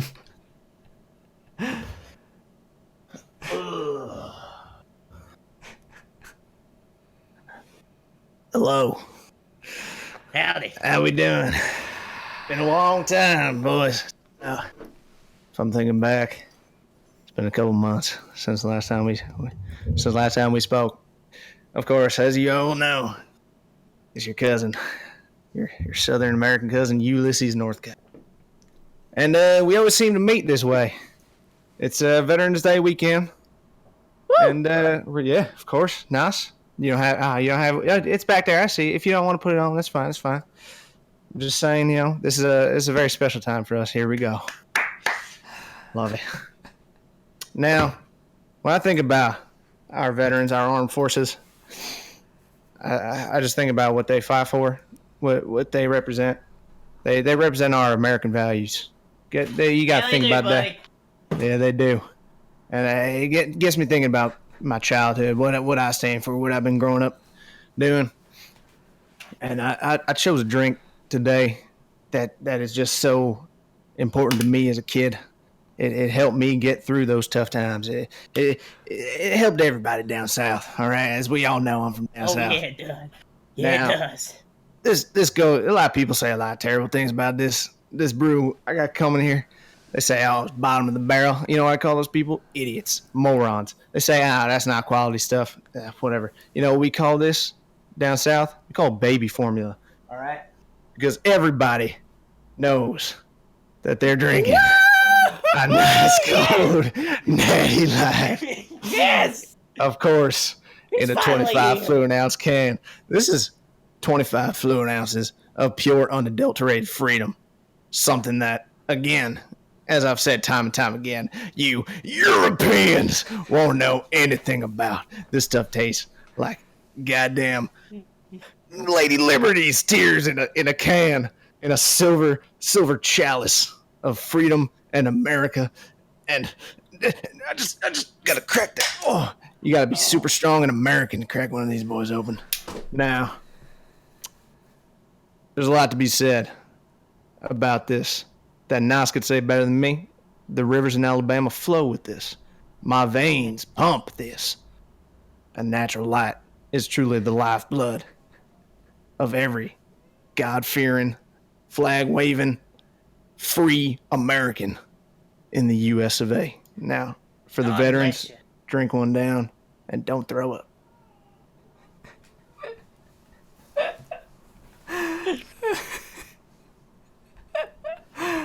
What have I returned to? Oh, God, I always bless miss you, the good RDT. bits. Damn it. oh my God. Ulysses Northcutt back at it again. Thank God he's back. I've missed him so much. Oh God. Always. I'm giving into it now, I guess. RDT, where have you been? I don't know where that guy keeps coming in from. I lock my doors every. Stole his shirt though. I knew Took it off had and started to be. waving it around. It had to be that because you haven't been drinking this whole episode, so it must not have been something appealing to drink. We've noticed the distinct lack of alcohol throughout the rest of the episode. So, 25 ounces. are you actually cost going to me, drink that? Or are you like- just going to get rid of it? That is, it's meant to be terrible, right? I don't know. That laugh just answers that for me. Cost Ulysses $1.50.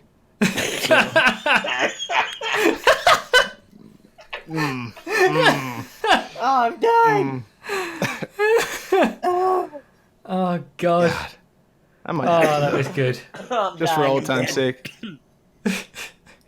Yeah, that's the one that you've been going on about week in, week out. Not. Yes, Yeah. I've size of this wanted. thing? You gotta look at how much value you get for your American dollar. There's so much there. That's why it is the drink of our people.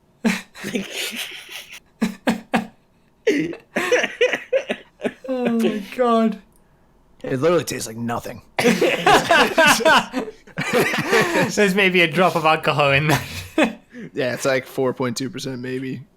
Speaking of big cans of American beverage, I actually tried a NOS last week I was in America. Oh, Those are big cans, and like when you take when you unscrew the top, it's so vicious.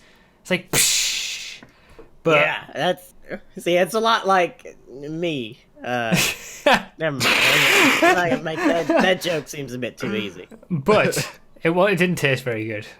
I've got to say. It's not great. No.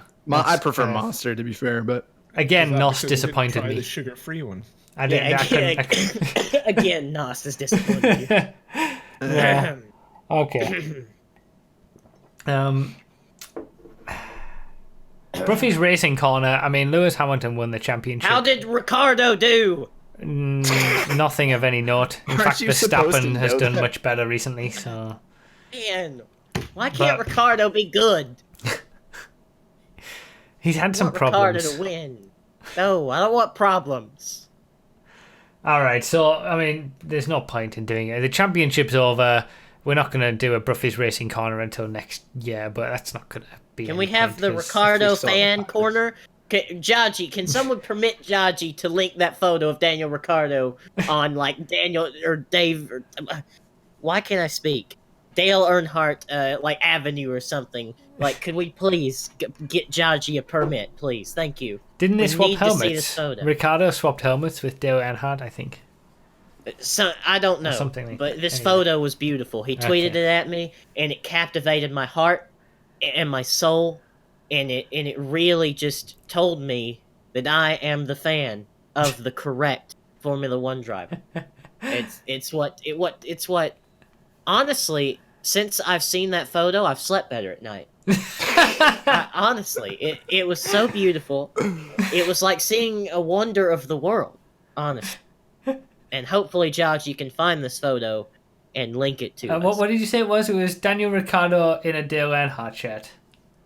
I can't explain how good it is. We're just going to have to see it for ourselves. Okay, Because well, it's very important, and hopefully, Josh, you can find it. how unprofessional mentioning a photo and not fancily We're displaying it on working the on screen. it, okay? Well, I know I need the link for it first before I do that. Do we have any calls? Jaji's trying That is a his question. best. But oh my goodness, Daniel Ricciardo! I cannot contain my fandom of him, and he's such a pretty man. He's got such a nice smile. Just everything, and he went to a NASCAR race. He's just I think Nos has got a little don't- man Don't crush. let your neighbours hear you. Let you Yeah. hear you say that. I That's- won't say that too that's- loud. Don't worry. No. I'll be Not in I'll your be neck of burned the at the woods. stake or something. Yeah. Yeah. Well, if our future senator has his way, probably. If you are like one of the 3 people in Alabama, please go vote on December 12th. This is not a politics show, but please go vote. I'm begging you. God, please. Do we have any calls? We have I many think we do. calls. We do. We have many calls. There he is. There he is, right there. Jaji's got it. Johnny's Let got it. me- What a man. Let me have a look at this. Look at this photo. This photo changed my life. Alright, and I'll display it on the screen for everybody to see. There you go. Daniel Ricciardo in On Dale Earnhardt Earnhardt Way, shirt. in a On Dale Earnhardt Earnhardt Way. shirt. He's a god. He's a god of he's a god among men. And that photo changed my life. that's a dope picture. It's pretty good that you Jesus. like, considering you already liked the guy as the Formula One driver, and then he pretty much just played right into your wheelhouse with that. He's holding up a Yes. 3 too. Yes.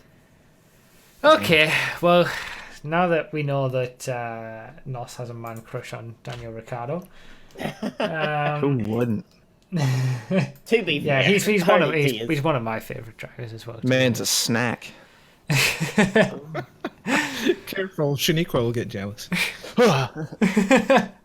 So No, is no, this Sinead. podcast, because I like Daniel Ricciardo as well, but are we turning this podcast into Daniel Yes. Ricciardo love? Like, Yes. can you imagine if we got him on the podcast?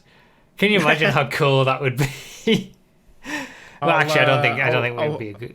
I'll put a What? call into his people. See what we can do. Yeah, we'll see how that works out.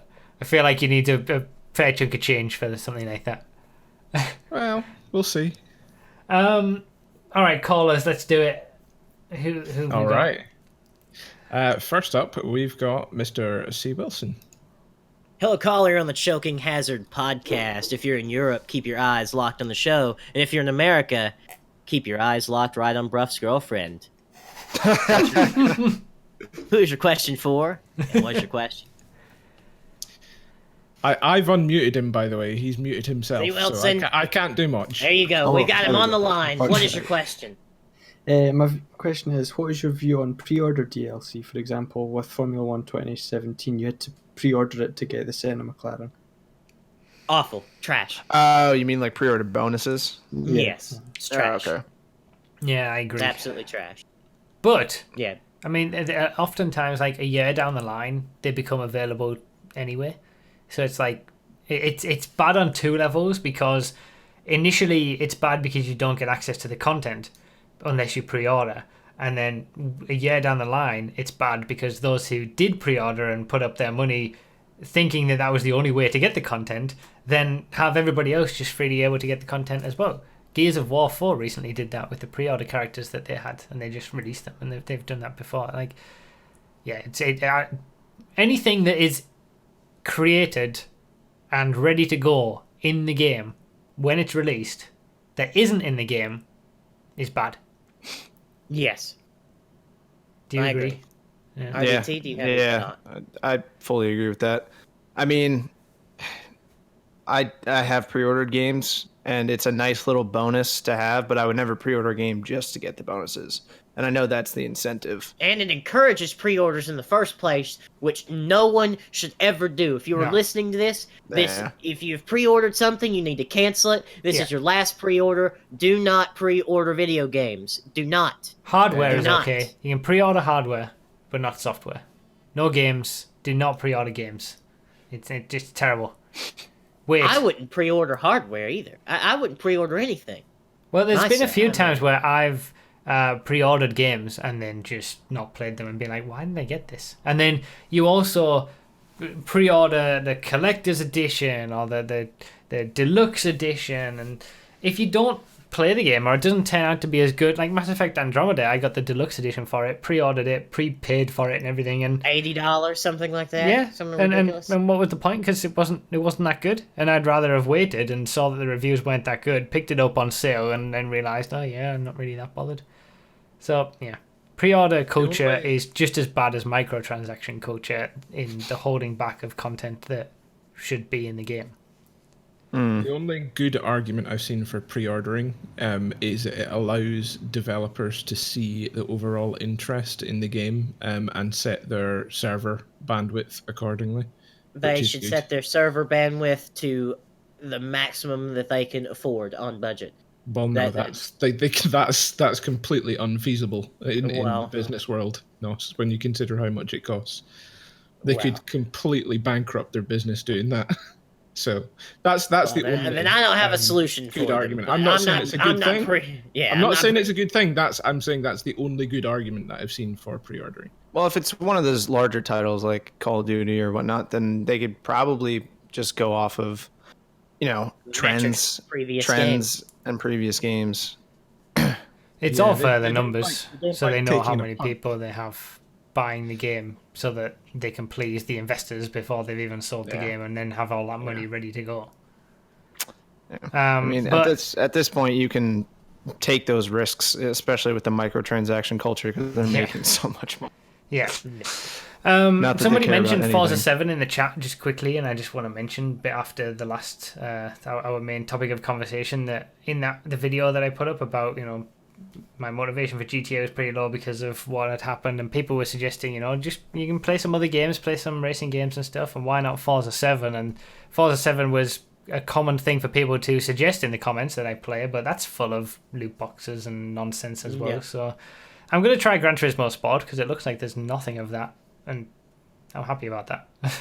But it seems like the content isn't quite there as much in terms of tracks and cars and things, but we'll see.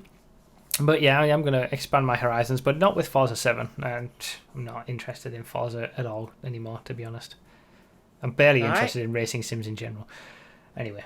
So that is Steve Wilson's question. Thank you for asking. Much appreciated. Thank you, C. Wilson. All right, so who's our next caller? And RDT, would you like to take this caller? Sure. Who is it? So our next caller is NextRex Gaming. Hello, NextRex Gaming. You've called in.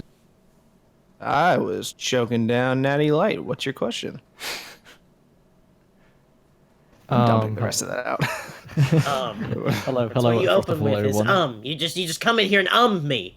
Get out. No, what's your question? My question is for No! all of you, first of all. Okay, all of it. Go right ahead.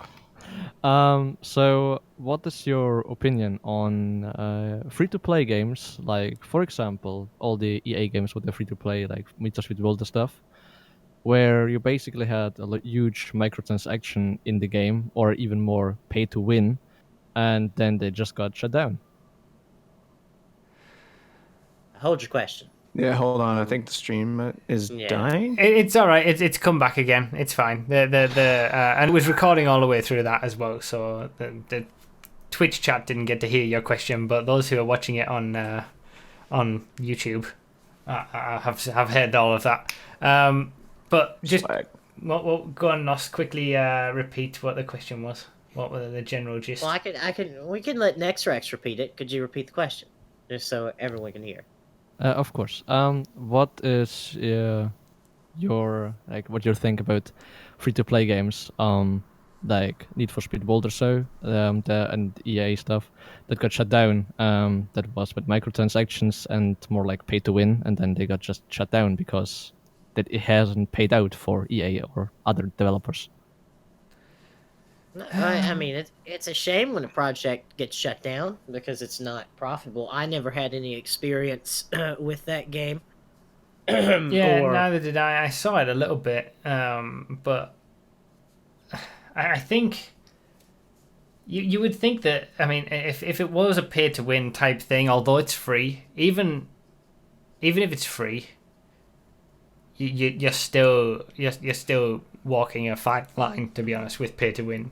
And I think it's just not something that anybody is going to accept, especially if you're creating a proper game. Mobile games, you can get away with it, but creating a proper game, you're not going to get away with pay to win in any way. And I think that probably people just got sick. I'm assuming people got sick of it in that Need for Speed Online or whatever it was that. And then they got rid of it because of that. I don't really know the ins and outs of. Yeah, honestly, we're honest. not educated enough on the game or the subject to. I mean, free to play games in general. I mean, when it's like anything else. When it's done right, it's done right. When it's done incorrectly, it's done incorrectly, and you just have to take it on a case by case basis. You can't really have a blanket opinion for all free to play games because all of them are can be quite different. So yeah, any version of the pay to win model is bad in my book. Yeah, whether it's free to play or not. Yeah, and there are some good concepts for free to play games that just don't execute it well, and nothing you can do, I guess. Yep. Thank you for the question, Nexrex. Yeah, thanks for the question. Lackluster answer since we're not educated enough on the game. Yeah, I've never even heard of Need for Speed World or whatever it was. I've heard of it, but I just never looked at it more than just hearing the name. Yeah. All right. So who is our next caller? And Bruff, I think you're gonna get this caller. Pick up the phone. Our next caller is Nectrex. What? This is Netrex, not Nexrex. Hello, Wait, Netrex. what? You are on the Choking Hazard podcast. Welcome. What is your question and who's it for? Again, he's muted himself. I've unmuted him, but he's still muted. Those are two different people. Yeah, those are two different people. We got a Netrex and a Netrex. Can you hear me now? We sure can. You must have switched to the all-new Oddity's Horizon World Unlimited plan. Can you hear me now? Yeah. Yes. Yeah, okay. It's for all of you. We complain a lot about GTA, both financial stuff and all the bugs. And there's a lot of stuff we don't want in it. But we still play the game, so I was wondering, what are your two favorite things about the game, since we still play it? Oh, positivity! Wow. Oh. I am not prepared for that. Oh, Wow. I feel queasy. Is this what positivity's like? I guess I don't know if it's directly in the game, but just the community around it that we have in Noto, just because there's so many people, and the MCEC is still fun to watch and play. being, even though I lag out because of Cortana and my shit internet, but whatever. That's for a different. That's a different time. We'll talk about that somewhere else. I don't know. I think the reason that I keep playing it is because it's still the only game where you can get a large amount of people to do a large variety of different things. Very few games allow 30 players to just run around in a free roam session and do everything that you can do in GTA, even without all the microtransactions and shark cards and all the new vehicles and new things. You don't have to just touch any of that. And I still enjoy the racing and the tracks, and the creator, I think, is the thing. If it wasn't for the creator, I would have stopped playing this game probably a long time ago. But yeah, echoing that community aspect, it's what the community creates in the creator that has kept the game alive for me. That's what I like the most. Yeah. For me, I'll echo the creator, absolutely. And the quality of the vehicles are mostly good. I mean, there's some outliers like the retinue with the stupid wheel. But actually, I'll pick something that's interesting. In contrast to us complaining all the time about how much everything is, and how much there is to, like how much money everything costs and everything, the amount of stuff that you can own in GTA Online and have tied to your character is actually quite impressive. Yeah. I mean, you can own what is it? 6 properties, an office with 3 20-car garages, a yacht, a biker club, a special vehicle warehouse, all the biker businesses. I mean, there's so much that can be tied to your character, and I mean, I can't think of a game where you can, own more. I mean, the evolution of GTA Online is definitely very impressive. If you look back, how excited we were when we got a second 10-car garage. Yeah, second 10-car. And it was always within their interest to do that as well, because the more garages we had, the more things we could have tied to our character, the more shark cards it would generate. Yeah, I just wish the prices had stayed the same as what they were. But exactly. Yeah, it is true. The things that you can have are very wide ranging, and it is an impressive. You can't sell any gaming buildings. world. Well, you can trade them in. I mean, that's not as good as flat out selling them, but. So what you're actually talking about is not the amount of stuff that you have in GTA 5, it's the amount of stuff you'll lose when GTA 6 comes out. Yeah, that's true. That's one way of looking at it, yeah. Got a point. And all that money that you spent on positivity. Accumulating all those things. Yeah, how did this turn negative? We're done with this question. Thank you, NetRack. Sorry. Keep it positive. That was probably my fault, but yeah. Okay. Thank you, NetRack. So our next question is from Mr. Mega Mario 64. Hello, caller, you're on the Choking Hazard podcast. Who is your question for, and what is your question? This question is for everybody. Or, I'm sorry, not everybody. Why would I say that? It was for Prof. Choke. I got caught. I'm sorry. I got caught off guard. I'm sorry. Playing you guys for fools. Wow. This would be directed towards you guys if you actually went. I'm sorry. I was caught off guard because my mic wasn't working. Anyway, I'll get into it. Whatever. Yeah, it's fine. I'll get into it. Bruff, you've done a lot of things in the U.S. But if there happened to be anything that you missed while you were over here, is there anything in particular that you really would have liked to do that you didn't? No, I know his answer already. What is my answer? Go to The Alabama. F1 race, the U.S. Grand Prix, right? You want to go do that? Yeah, basically. Go. Not necessarily just the F1 race. I wanted to go karting whilst I was there, but I didn't get a chance to do it, so that would have been one of the things. But mainly go to a track over there. We went very close. We actually passed Laguna Seca at one point when we were driving around, but there wasn't really anything. I did look before I went, but there wasn't really anything going on race related there. But yeah, either the F1 race in Texas or something at Laguna Seca if something was on, and even a NASCAR race. I would have enjoyed that. Anything, just to do it, just to go to a motorsport event there. That's what I would have wanted to do, but I missed out on. Alrighty. Thanks for the question. Yeah, thank you for the question. Thanks for the question, Mr. Mega Mario. Yeah, screw us.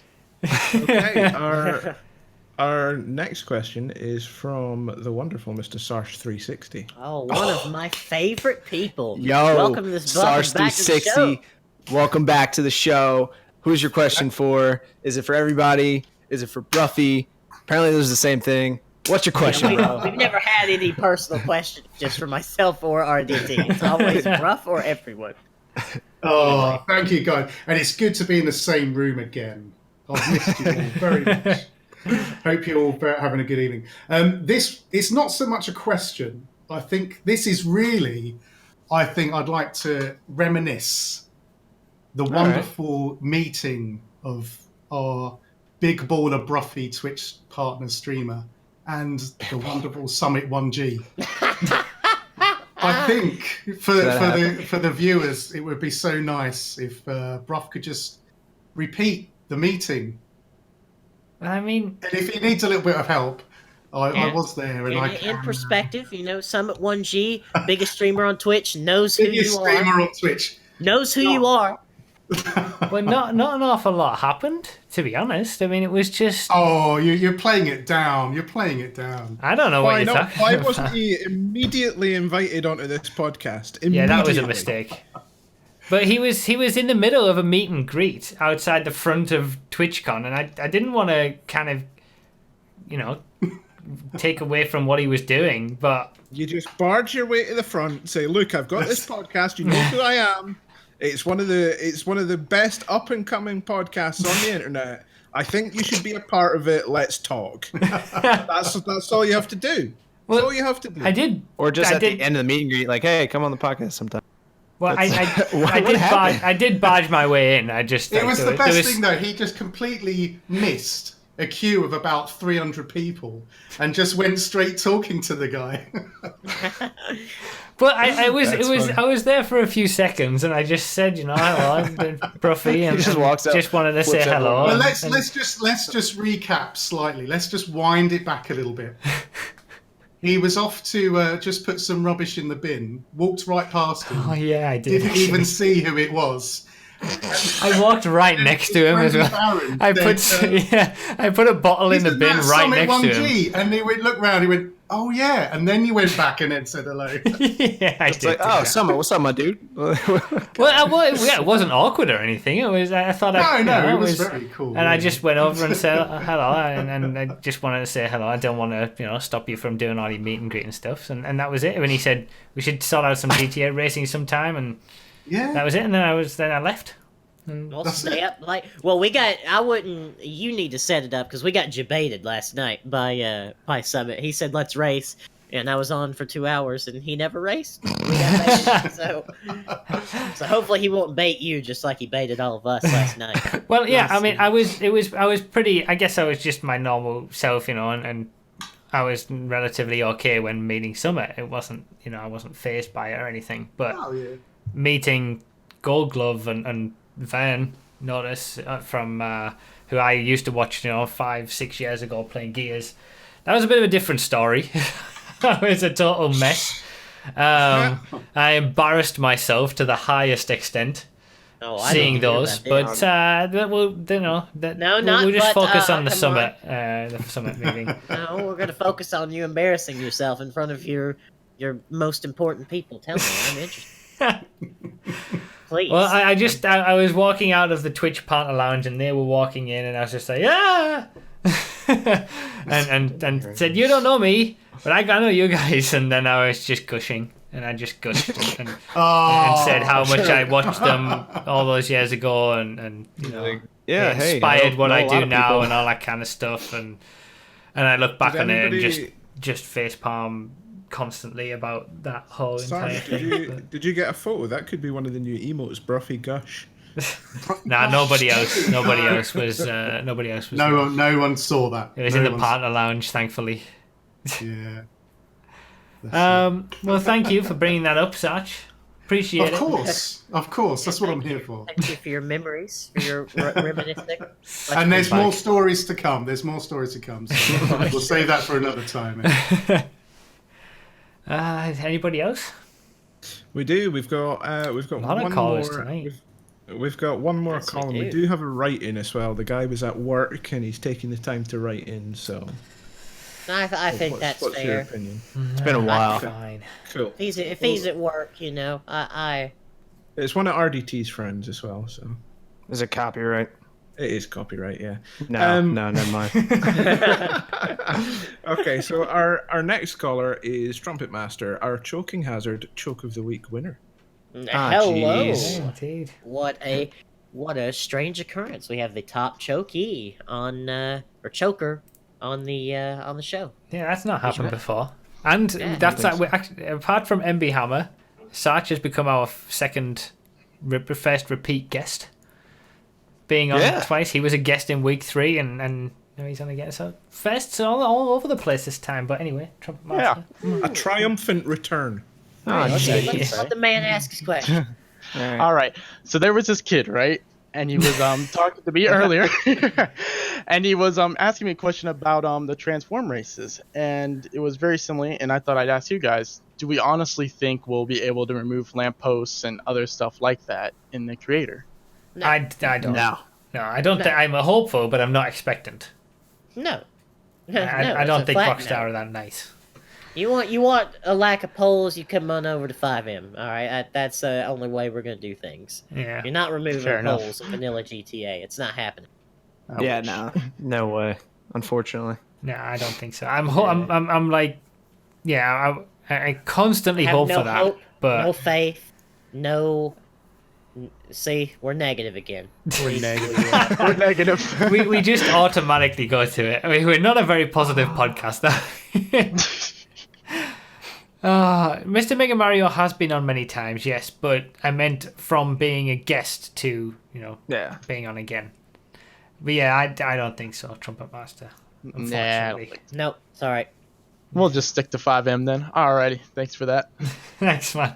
See you on the server. Jeez. All right. Okay, so our write-in, as we said earlier, is from Major Copyright, and Major Copyright has a question just for Bruff. Everybody. You got a question for everybody. Everybody. I'm but only answering the Bruff. question too. But only even- Bruff can answer. No, I'll make up an answer. The question is, what other game or games would you be willing to test all of the cars or vehicles around the track other than the GTA franchise? None. Never Well, again. sure, Ever. I'll be testing all of the mounts in Red Dead Redemption 2 around the barrel pattern. So, you can look forward to that. I think the beauty of the way that it was in GTA is that it's possible to test them and make a list. You can't do that with something like Gran Turismo, for example, where cars can be set up in many different ways to be better on different tracks than others, and you can make the same car have high top speed or better cornering based on changes to the downforce and suspension and camber and all that kind of stuff. So there's too much complexity in those simulator games to do testing like that. Anything that keeps the cars different and simple enough that there aren't variations like that, it's possible. But I probably won't do it unless something captures my attention, like a GTA game, like GTA Online, for example. So Maybe when the old GTA GTAs. That'd be Oh, amazing. that'd be interesting. I might do So if GTA 6 4. comes out, will you do it then? Probably. Well, no, definitely. Yeah. Because, this has been... If GTA 6 ever releases, I feel like I've positioned myself as the car testing guy, I guess, for GTA 5. So, for GTA 6, that could be when everybody wants to know. So, I'd have to do it. Yeah. Because it would be good for my channel. But I don't think I would stray beyond GTA for testing cars. I might do GTA 4. If GTA 5 has a significant lull and I get bored one day, I might do GTA 4 cars and do this. Yeah, it wouldn't take you too long to run through one of the classes. Yeah. Be fun. So, yeah. Speaking of GTA 4, we need to do some more GTA 4 racing. We do. Need to do some Gran Turismo Sport, some GTA 4 racing, some Euro Truck stuff, some 5M again. There's too many things to do and not enough time. Fortnite. Yes. Fortnite, actually, Or not. yes. Or Fortnite, not. sorry. Fortnite Battle Royale, I want to give it a go as well, yeah, so... Yeah, if you do it on PC, I'll join you. Since it's free. Expanding my horizons with, GTA going to the dogs. So, is that it? Have we got no more questions? I believe so. That's it. All right. The I'm end- tired the now. end That of was the that was mailbag. What? I just said the end of the mailbag. Yeah. Oh, okay. This is. I'm tired. This has been a long stream. This is a long podcast. This is our longest podcast. I mean, I was going to say, you guys have been seriously busy. The amount of timestamps that I've got for this podcast is quite ridiculous. yeah, it's been a lot. It's been a lot. So, who is that, RDT? Do you want to say something about this dog that you're showing on the screen? This is Juan. Of course. This. Of course, his name is Juan. I don't know whose dog this is, but I bought a picture of this dog for $1 at a thrift store, and now hangs up right above me, always watching over me. I love it. I love it. Okay. That's something new. Now Now you know follow that- me on Twitch. I'm streaming more.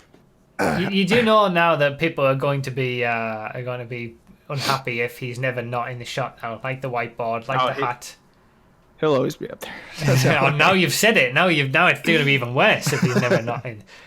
Yeah, you're streaming on Twitch now, RDT. You're an affiliate. You're going to accept the affiliate thing that you've got. Yeah, you have met the highest level of requirement for Twitch It's streaming. like 3 viewers, and MB Hammer is beating those levels and still not getting his affiliate invitation. I'm $100 away. And I have 40 subs, and screw me, I'm just affiliate, $100 away from a capture money, card. no That's when we get matter. real professional. Yeah, capture card set, but you need a PC to be able to run that. You can't do that just from your Mac. No, I'm on an HP, so you can shove your Mac in the closet. Hey, I'll shove it with all the other dollars. Bought it for $1. So yeah, make sure you tweet out when you're streaming RDT, because the Twitter links are what I give everybody in the description of the videos. And maybe I could give Twitch links now. If you're streaming, I could give both your Twitch links instead. Go back to that. I'm not ever going to tweet that out. I got people in my real life that I don't want to know. I want them to know that I stream video games. Okay. Okay. All right. Well, I'll put the links of these two guys in the description. All right. Me. And Hammer, I don't think I put you in the description. Actually, I should do that. Yeah. I will do that. Please do. Yeah. Well, since this is a self-promotion hour, I'm getting a new trailer. I have engaged Beg for Money protocols, okay? Come give me money. I need Plus, furniture. I have to get to I-62. I'm poor, all right? You gotta Yes, look. I need get furniture. RDT to I-62. Get non-furniture. Get me an affiliate. Come on, This let's Start give us all your with money. it's the easiest. Come Just on, 3 community. people show up. Get behind them. Come on. Yes. Here I Come am, give the only me one money, doing this please. for a I'm living begging you, please. and not begging for begging nothing. You to have furniture,